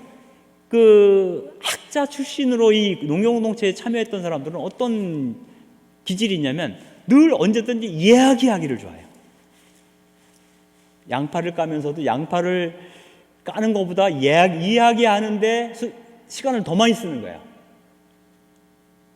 그러니까 농부 출신은 열심히 양파를 깠을 거 아니에요. 근데 저 인간은 양파는 안 깎고 노가리만 푼다, 이렇게 생각하는 거지. 그럼 그게 갈등이 생겨요. 그리고 그 당시엔 계란이 귀했는데 어떤 사람이 계란을 먹으려고 잠깐 옆에다가 채워놨는데 그걸 누가 남짝 집어다 먹었나 봐요. 그래서 자기 계란을 먹었다고 대판 싸움이 난 거예요. 그거를 피터 모린이 경험하고 굉장히 실망을 합니다. 그래서 피터 모린 같은 경우는 그 사건 이후에 평생 동안 계란을 먹지 않았대요. 계란 때문에 싸우는 저 고미한 인격들을 보면서 계란을 아예 안 먹었다 그래요, 피터 모린. 결국은 피터 모린이 45년도인가 그때쯤 죽죠.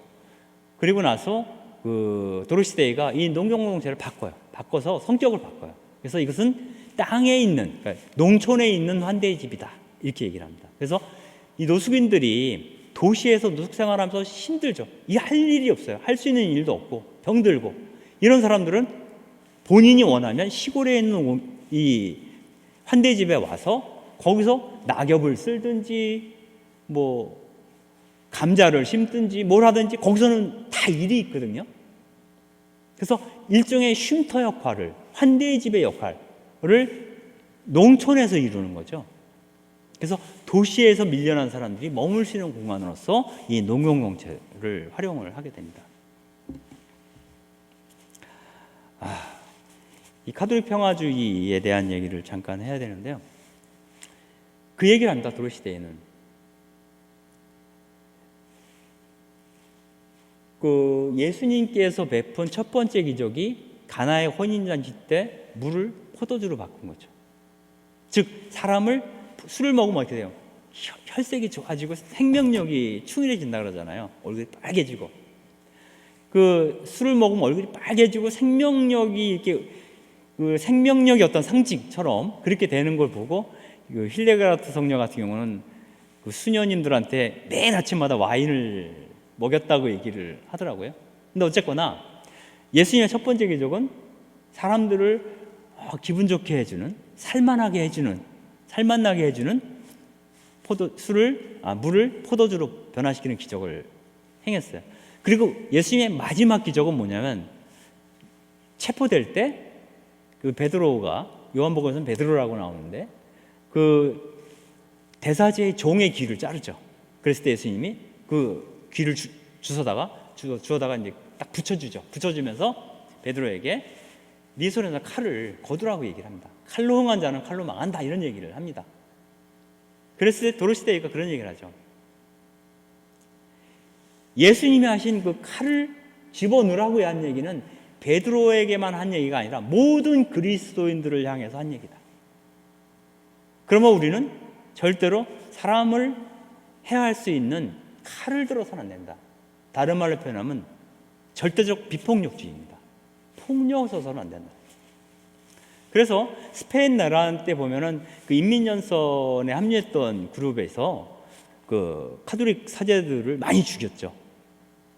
이것도 얘기하다 보면 길어져서 길게 얘기할 수가 없는데 그 당시에 프랑코 장군이 쿠데타를 일으키잖아요. 스페인 내란 때. 그 쿠데타를 일으키는데 이 프랑코 쿠데타군을 반군을 지지했던 그룹이 카톨릭 교회입니다.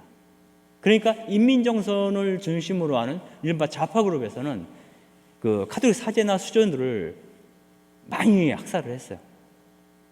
근데 그걸 보면서 도로시대가 이런 얘기를 합니다. 만약에 지금 우리가 총을 들고 원수를 죽이겠다고 싸우게 된다면 그것은 바로 그때 죽은 신부님과 수녀님들의 공로를 무색하게 만드는 거다.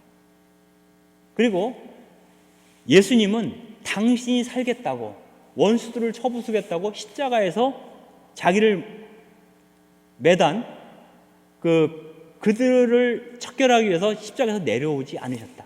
그분은 십자가에 그대로 달려 계시다는 죽을 때까지. 그래서 그분이 내려오시지 않은 것처럼 우리도 십자가에 그대로 매달려 있어야 된다는 얘기를 합니다. 그리고 전쟁 중이라고 해서 네 원수를 사랑하라 라고 하는 말이 무의미해지지 않는다.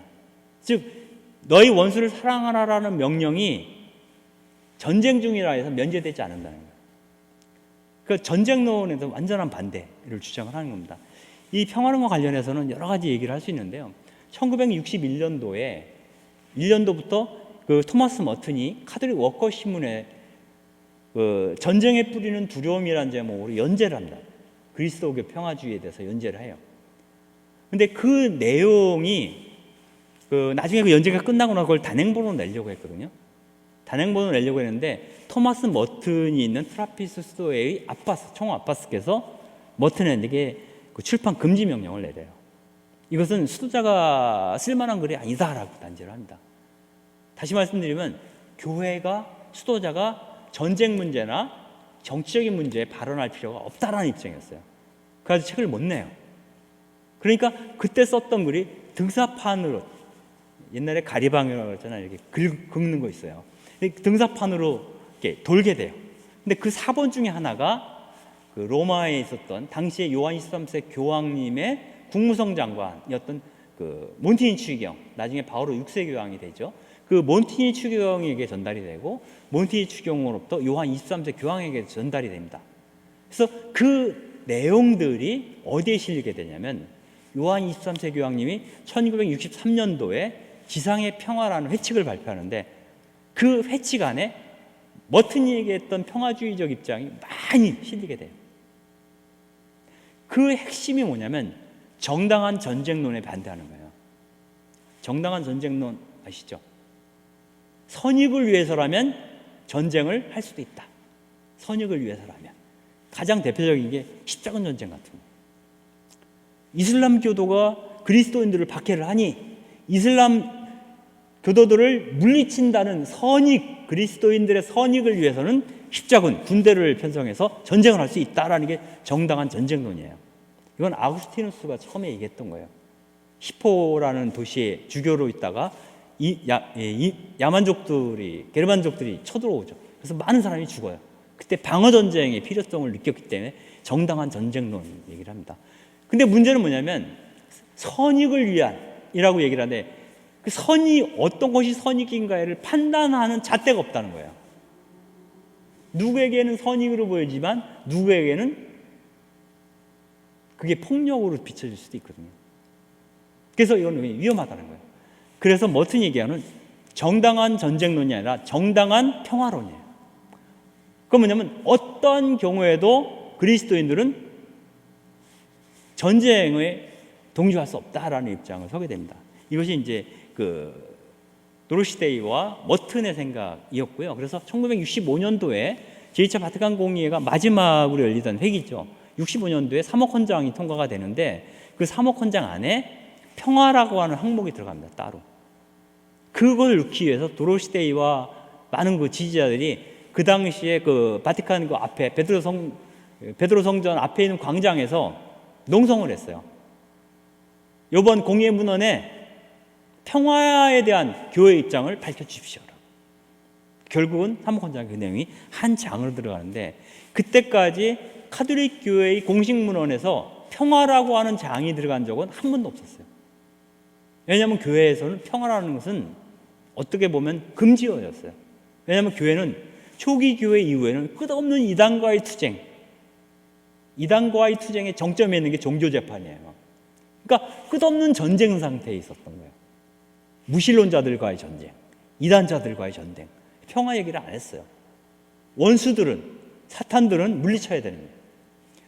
근데 이때에 와서 비로소 평화에 대한 이야기를 하게 됩니다. 이 평화에 대한 얘기를 하게 된 기초적인 계기는 세계대전이에요. 세계대전 당시에 바티칸에서 정확하게 나치에 대해서 비판하지 못했거든요. 그 후폭풍이 굉장히 컸어요. 전쟁이 끝나고 나서. 그래서 요한 23세가 평화에 대한 갈망을 갖고 있었고 거기에 대해 이론적인 토대를 제공한 사람이 머튼이었던 거죠. 그리고 그 입장에서 평화운동을 했던 사람들이 바로 카톨릭 워커들이었다라고 볼 수가 있습니다.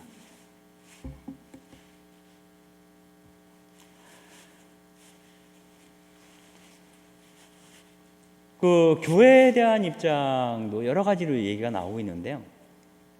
그중에 가장 대표적인 게 그겁니다. 앞서 그런 얘기를 했죠. 도로시 데이가 그 사회주의 운동이나 아나키스트 운동에만 몰두했던 이유는 교회가 사회적인 문제에 관심이 없었기 때문에 너무너무 실망한 나머지 그랬던 거예요. 그런데 아이를 출산을 하게 되죠. 그 딸인데 타말이라고 하는 딸을 출산하게 되면서 그 엄청난 어떤 그런 그 경험 때문에 하느님께 귀의를 하게 되고 결국은 카톨릭 교회로 들어가죠. 근데 카톨릭 교회에 와서 항상 고민했던 것이 왜 노예들을 돌보는 성인들은 있지만 노예제도를 없애려고 하는 성인이 없는가, 이런 문제 제기를 했던 거거든요. 근데 이때까지도 교회가 그렇게 많이 바뀌지 않았어요. 그래서 이분이 카톨릭 신자로서 카톨릭 워커 운동을 하고 있었지만 이것은 교회의 일반적인 흐름과 부딪히는 지점이 많았어요. 그래서 이런 것도 있죠. 가장 대표적으로 그 뉴욕 맨하탄에 있는 그 성 페드릭 대성당 옆에 교회 묘지가 있는데 그 교회 묘지 인부들이 그 임금 문제 때문에 농성을 해서요. 파업을 일으켜요. 파업. 그러니까 그 도로시 데이와 카톨릭 워커 사람들이 파업한 인부들과 함께 이제 피켓 시위를 한 거예요. 근데 그게 교회 역사상 처음으로 교도권에 도전하는, 교회를 반대하는 시위를 카톨릭 신자가 한 거예요. 그러니까 너무 놀란 거예요.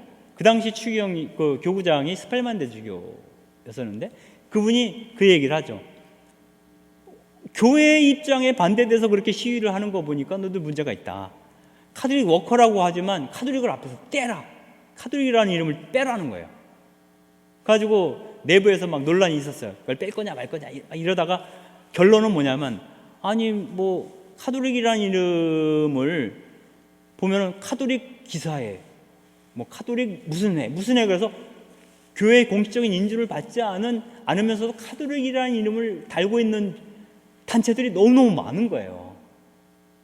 여러분들 조금 다른 거긴 하지만 그 카톨릭 의료원에 소속된 병원만 성모병원인가요? 성모병원이라는 이름은 카톨릭 의료원 밖에 있는 다른 일반 병원들도 성모병원이라는 이름을 가진 병원이 굉장히 많아요. 그것과 마찬가지다. 뛸 필요 없다. 그리고 이제 버티게 돼요. 이러면서 갈등이 있었어요. 근데 아무튼 이걸 떠나서 기본적으로 스펠만데 주교는 베트남 전쟁 당시에 카톨릭 워커에서는 반전운동을 했어요. 반전운동을 했지만 스펠만데 주교는 미군들 무기를 쌓아놓고 거기에다가 축성을 했어요. 무슨 말씀인지 아세요? 무기를 산더미처럼 쌓아놓고 우리가 자동차 사면은 축성하잖아요. 신부님 오셔가지고. 그죠? 그것처럼 무기를 쌓아놓고 스펠만데 주교가 막 축성을 한 거예요. 이런 교회에 대해서 도로시 데이가 받아들이기가 굉장히 힘들었죠.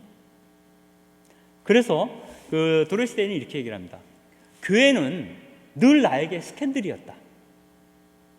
그러나 예수님께서 십자가에서 내려오지 않으신 것처럼 나는 교회를 떠나고 싶은 생각이 없다. 나는 교회를 너무나 사랑한다. 그 교회가 있었기 때문에 내가 누구를 알게 됐어요? 그리스도를 알게 되고 하느님을 알게 되고 성사를 받을 수 있게 되고 지금 이렇게 워커 운동을 할 수 있게 된 거예요. 그래서 카톨릭 교회 안에 문제가 있지만, 스캔들이 있지만 그것이 교회의 본질은 아니라고 본 거예요. 그래서 나는 예수님이 매달렸던 십자가, 예수님에게 고통을 준 존재가 사실은 교회일 수 있겠다. 그러나 예수님이 십자가에서 떨어져 나가지 않으신 것처럼 나도 교회를 벗어나고 싶은 생각이 없다. 이런 얘기를 합니다. 그래서 장상들의 명령에 대해서 복종을 해요. 그래서 스펠만데 주교가 만약에 어떤 명령, 이거 기사 싫지 마라 라고 얘기했다면 나는 싫지 않겠다. 다만 그 기사는 싫지 않지만 싣고자 했던 내용과 같은 내용을 담고 있는 사회규리 내용이 있어요. 그 사회규리 내용만 이렇게 신문에 싣고 그런 경우도 많이 있었어요.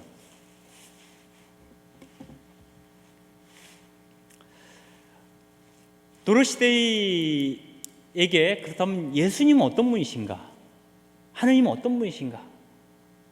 얘기했을 때 사람들마다 하느님에 대해서 그리스도에 대해서 여러 가지를 볼 수 있어요. 어떤 사람은 심판자를 볼 수도 있겠죠. 내가 죽으면 그분께서 나를 지옥으로 보낼 건지 천국으로 보낼 건지 심판하시는 분이야. 어떤 분은 치유자예요. 치유자. 내가 아프면 기도를 하고 그분께서 나를 치유해 주실 거야. 치유자로서. 또 어떤 경우는 가장 안 좋은 경우 하느님을 해결사로 보기도 해요. 나한테 우리 교회, 우리 사회에 문제가 생기면 그걸 해결해 주는 해결사. 우리 애가 내일 모레 대학 진학 시험을 봐요. 그러면서 수능을 보게 되면 그 문제를 해결해 줄 수 있는 해결사로서 하느님을 생각하는 거예요. 그래서 하느님 기도하는 거예요. 우리 애가 이번에 좀 좋은 성적으로 시험을 보고 합격하게 해주세요 라고 기도하는 거예요. 이게 해결사로서의 하느님을 보는 거죠. 그런데 도로시 데이는 하느님을 또는 예수님을 뭐로 봤냐면 연인으로 봤어요. 내가 사모하는 그분이 그리스도이시고 하느님이시죠. 그러면 내가 정말 그 사람을 사랑한다면, 그분을 사랑한다면 어떻게 하겠어요? 그분이 원하는 것을 나도 원하고 그분이 하고 싶어 하시는 일을 나도 하고 싶고 그분이 먹고 싶은 것, 잡수시고 싶은 게 있으면 내가 사드리고 싶겠죠. 그래서 그분과 일치하고 싶겠죠. 그렇지 않겠어요? 내가 너무너무 사랑하는 사람이 있으면 그와 한 몸이 되기를 원하잖아요, 결국은. 나는 그분을 너무 사모한 나머지 그분과 하나가 되고 싶어 라고 갈망하게 된다는 거죠. 그래서 이렇게 얘기합니다.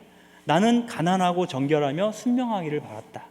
나는 살기 위하여 죽고 싶었고 낡은 인간을 벗어버리고 그리스도를 입고 싶었다. 다른 말로 하자면 나는 사랑하고 있었다. 그리고 사랑에 빠진 모든 여인들처럼 나는 나의 사랑과 일치하고 싶었다. 이렇게 얘기를 합니다. 그리고 하느님과의 일치, 그리스도와의 일치를 갈망하면서 계속 문제가 됐던 게 교회 문제예요. 교회가 왜 이러지? 이런 갈등인데, 교회와 자신의 생각 아니면 복음적인 진실과 서로 배치될 때 어떻게 할 건가, 이거 고민을 하게 되는데, 그 해법을 어떻게 찾냐면 아우구스티누스가 한 얘기입니다. 이것은 하느님을 사랑하고 네 뜻대로 행하라, 이렇게 얘기를 합니다. 너가 정말 하느님을 사랑한다면, 그분과 일치하고 있다면, 그걸 내가 체감을 했어요. 그러면 그 다음부터는 그냥 네 하고 싶은 대로 하라는 거예요. 자유를 주는 거예요. 그건 뭐냐면, 정말 하느님과 일치된 사람은, 하느님을 사랑하는 사람은 어떤 일을 하건 어떤 말을 하건 무엇을 느끼건 그것은 다 하느님 안에서 이루어지겠죠. 그러므로 진리에서 비결하지 않는다. 그 확신이 나로 하여금 나를 자유롭게 해준다는 거죠. 그래서 정말 정작으로 자유로운 사람은 내가 교회 안에 있지만 교회를 넘어서 생각하죠. 내가 한국 사람이지만 한국을 넘어서 생각해요. 모든 세상 사람들을 사랑하는 거죠. 내가 가정을 갖고 있어요. 내 아내가 있고 내 자식들이 있지만 내 아내와 내 가정을 넘어서 나의 사랑이 더 확장되기를 바라게 되죠. 그래서 내가 자유롭게, 정말 참된 자유를 얻기 위해서는 전제 조건이 내가 하나님과 일치하는 거예요. 그래서 이제는 바오로 사도처럼 내가 사는 것이 아니라 내 안에 계신 그분께서 나를 통해서 사시는 것이다라고 말할 수 있다면 걱정이 없죠. 거기서 이제 도로시대는 해결책을 찾습니다. 이걸 강생의 신비라고 얘기를 할 수 있습니다. 아빌라이 데레사가 이런 얘기를 했죠. 그리스도는 이제 몸이 없습니다. 당신의 몸 밖에는. 그리스도에게는 손이 없습니다. 당신의 손 밖에는. 그분에게는 발이 없습니다. 우리의 발 밖에는.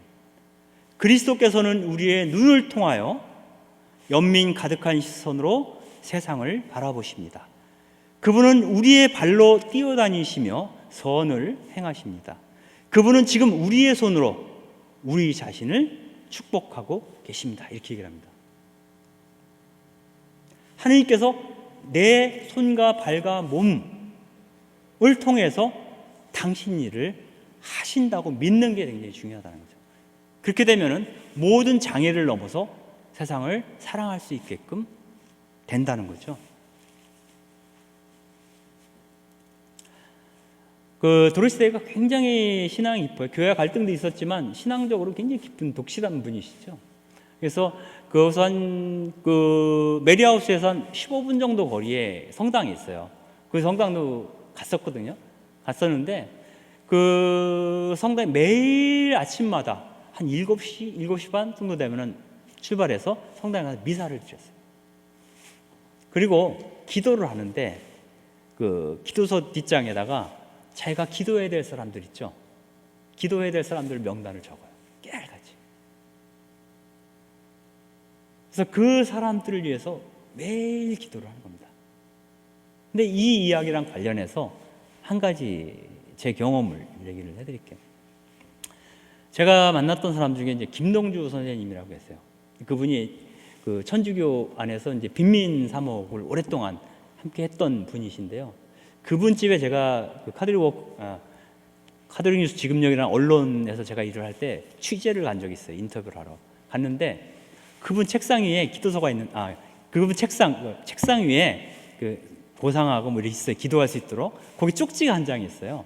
보니까 거기에 사람들 이름이 깨알같이 적혀 있어요. 빽빽하게. 그래서 그분한테 여쭤보니까 매번 기도할 때마다 이 사람들 이름을 다 읽는다는 거예요. 천천히. 그 사람들 이름을 천천히 읽으면서 기도를 한다는 거예요. 그런데 중요한 것은 우리가 기도를 하게 되면 누구를 위해 기도합니까? 내 가족들을 위해서, 내가 사랑하는 사람들을 위해서, 내 지인들을 위해서, 나랑 어떻게 연결되어 있는 그 사람들의 행복과 기쁨을 위해서, 그들의 치유와 위로를 위해서 우리는 기도를 하죠. 그런데 김동수 선생님 같은 경우는 그렇게 그러한 분들의 목록만 있는 게 아니에요. 한쪽에는 내가 싫어하는 사람들, 나를 미워하는 사람들의 명단이 적혀 있어요. 기도할 때마다 내가 싫어하는 사람들을 기억하면서 기도해요. 나를 싫어하는 사람들을 기억하면서 기도를 해요. 어떻게 될까요? 하루 이틀 365일 그렇게 해봐요. 내가 저 인간 재수없어. 그 사람 이름이 거기 있어요. 근데 그 사람을 위해서 매일 기도를 해. 그리고 저 인간 왜 나한테 저러지? 하는 그 사람의 이름도 있어요. 근데 그 사람을 위해서도 매일 기도를 해.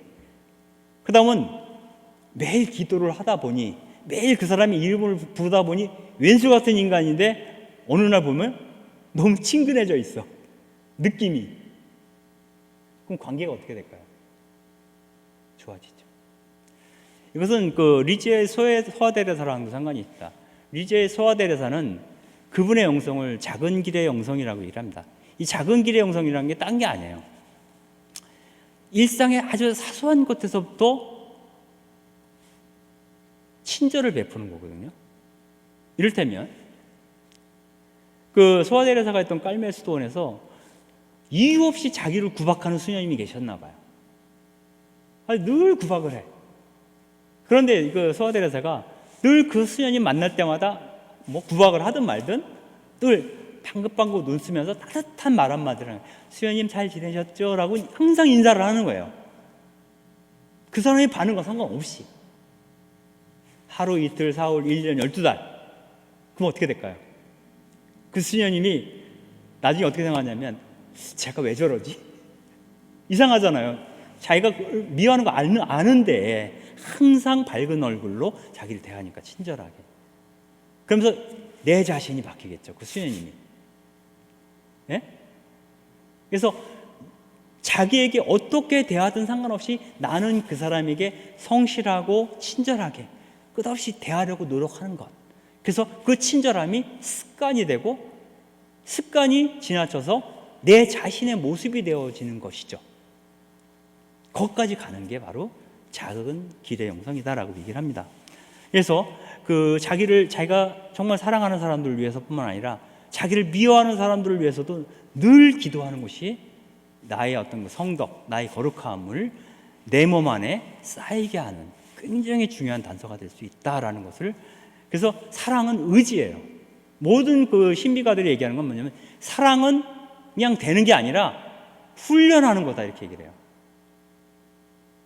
제가 전에도 말씀드렸지만 사랑은 사랑함으로써 사랑하게 된다 이렇게 얘기를 하거든요. 사랑은 훈련을 통해서 내가 몸에 배에서 습관이 되고 습관이 곧 나 자신이 되게끔까지 가도록 하는 것이 바로 사랑이다 이런 얘기를 합니다.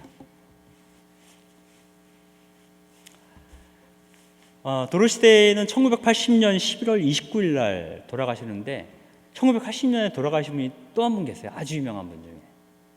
누구냐면 바로 앞서 처음에 말씀드렸던 로메로 대주교가 1980년에 돌아가셨습니다. 로메로 대주교 돌아가시고 나서 몇 달 후에 도로시대도 죽죠. 그리고 나서 그 뉴욕에 있는 그리스도 탄생교회에서 장례식을 치러요. 이 사진을 보게 되면 그 장례식에 참여한 사람들이 그렇게 많지는 않아요. 이 그림에 있는 여기가 이제 소위 메리하우스가 있는 그 아파트 지역이에요. 그래서 아주 그 소박한 장례식을 하죠.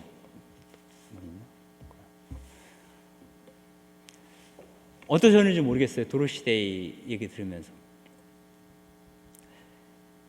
제가 지난 시간에도 말씀드렸지만 시몬 베일과 도로시데이는 이렇게 약간 대별되는, 굉장히 아주 비슷한데 조금 결이 다른 분이에요. 그래서 어떻게 보면은 일단 시몬 베일은 34살에 돌아가셨죠. 그러나 도로시데이는 훨씬 오래 살았어요. 많은 사람들에게 많은 영향을 주고 돌아가셨는데, 그래서 베이유처럼 사는 것이 힘들다면, 로버트 커스가 한 얘기지만 도로시데이처럼 사는 것은 조금 더 우리에게 쉬울 수 있겠다. 그러면 도로시데이처럼 산다는 게 뭐냐라고 했을 때는,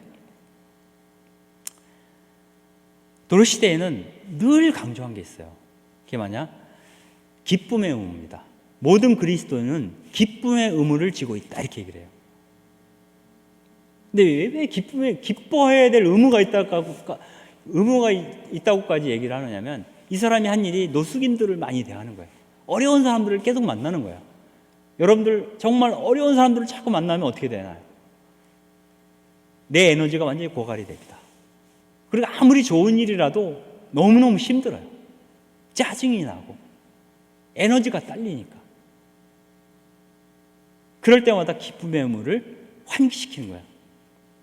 그래서 그 사람들 하나하나가 그리스도라고 생각할 수 없으면 그게 짜증이 돼요. 근데 내가 이렇게 에너지를 들여서 만나는 이 사람들이 바로 그리스도 그분이시고, 나는 지금 그리스도를 만나고 있는 거야 라고 생각하고 할 수 있다면, 사실 그 사람들을 만나는 게 나에게 은밀한 기쁨이 되겠죠. 남들한테 설명할 수는 없지만 은밀한 기쁨이 되겠죠. 그래서 사물을 상식적인 수준에서 보는 것이 아니라 신앙 안에서 바라보려고 노력하는 것. 그래서 아주 작은 일 속에서도 기쁨을 느끼는 것, 자발적인 투신을 하는 것, 이런 것들을 요청한다라고 얘기를 합니다. 그래서 그들을 그 생활 속에서 그리스도를 느끼고, 그렇다면 그 사람에게 내가 무엇을 한다는 것이, 일단은 아까 환대의 집처럼 그들의 당장의 필요에 내가 응답하는 것이 돼요. 그래서 그러한 훈련을 통해서 이게 익숙해지면 그 반경이 확장이 됩니다. 이 세계로. 그렇게 되면 전쟁으로 인해서 고난받는 사람들을 위해서 기도할 수 있는 힘을 얻게 되죠. 그리고 그들을 위해서 내가 직접 행동할 수 있는 힘도 얻게 되죠. 여기서 더 중요한 건 뭐냐면, 내가 지금 노숙인의 처지에서 여기 풀타임으로 그냥 앉아서 매일 환대집에서 졸고 있는 사람이나, 도로시데이처럼 이들을 위해서 평생을 바친 사람이나, 도로시데이 생각에는 하느님의 시선으로는 똑같이 귀하고 소중한 자녀라고 하는 의식을 갖고 있어요. 다른 말로 표현하면요,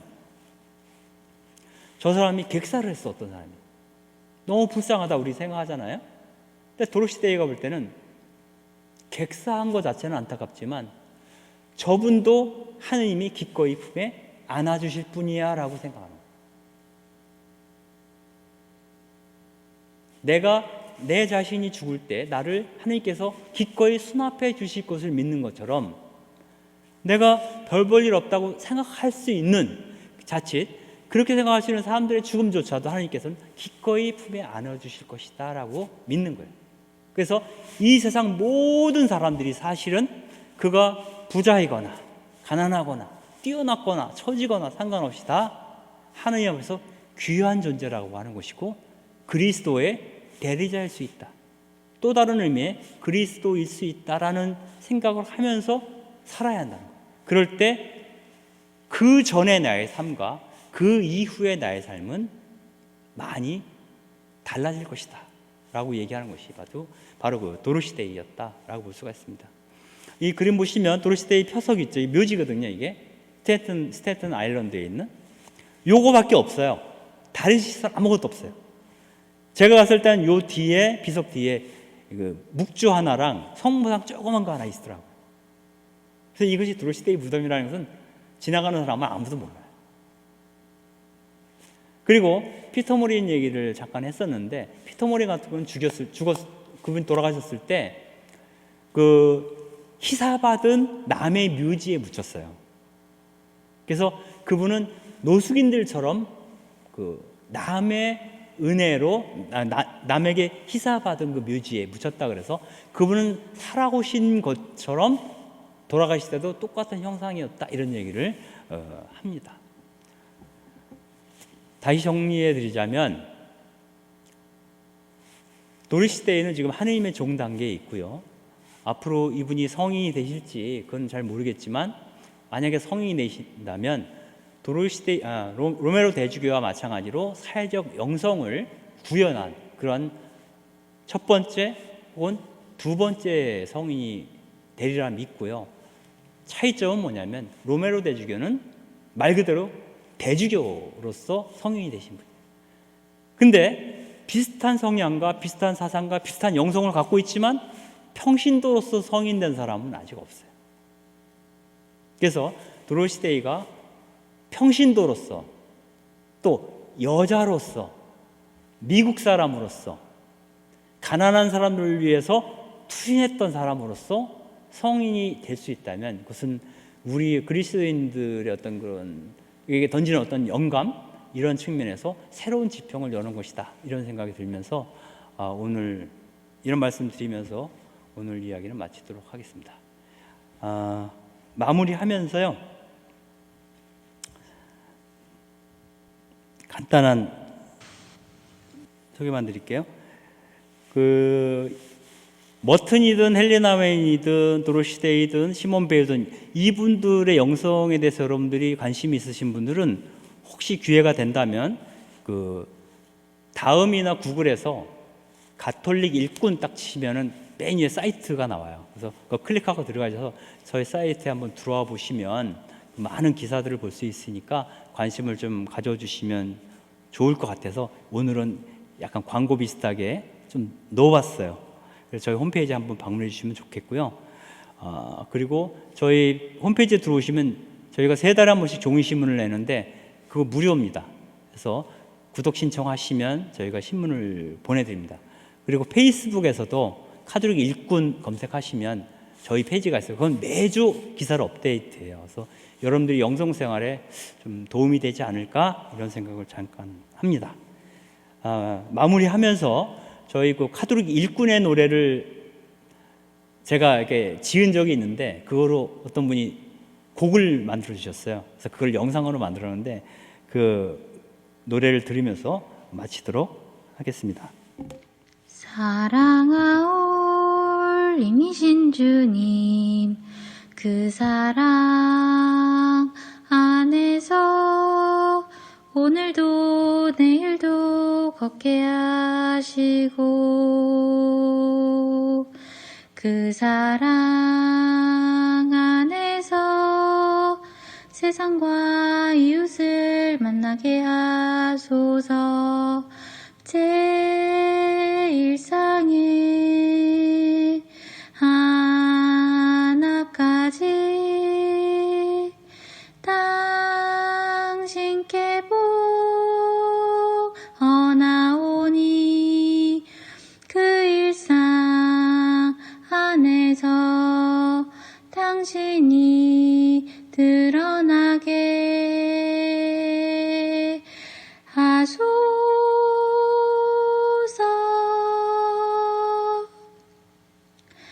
특별히 가난한 이들 안에서 당신을 발견하고 하느님의 자비 깨우치며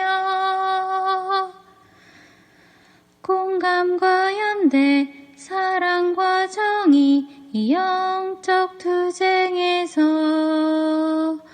우리가 지치지 않게 하소서.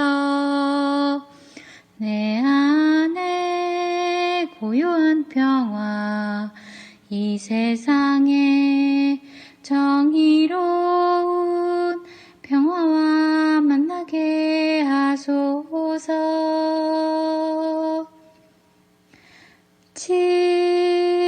침묵 속에서 기도하고 성심으로 공부하며 기쁘게 일하게 하소서. 마침내 당신이 주시는 은총으로 하느님 나라의 희망을 갖게 하소서. 하느님의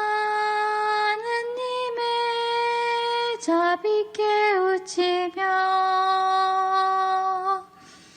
공감과 연대, 사랑과 정의, 이 영적 투쟁에서 우리가 지치지 않게 하소서.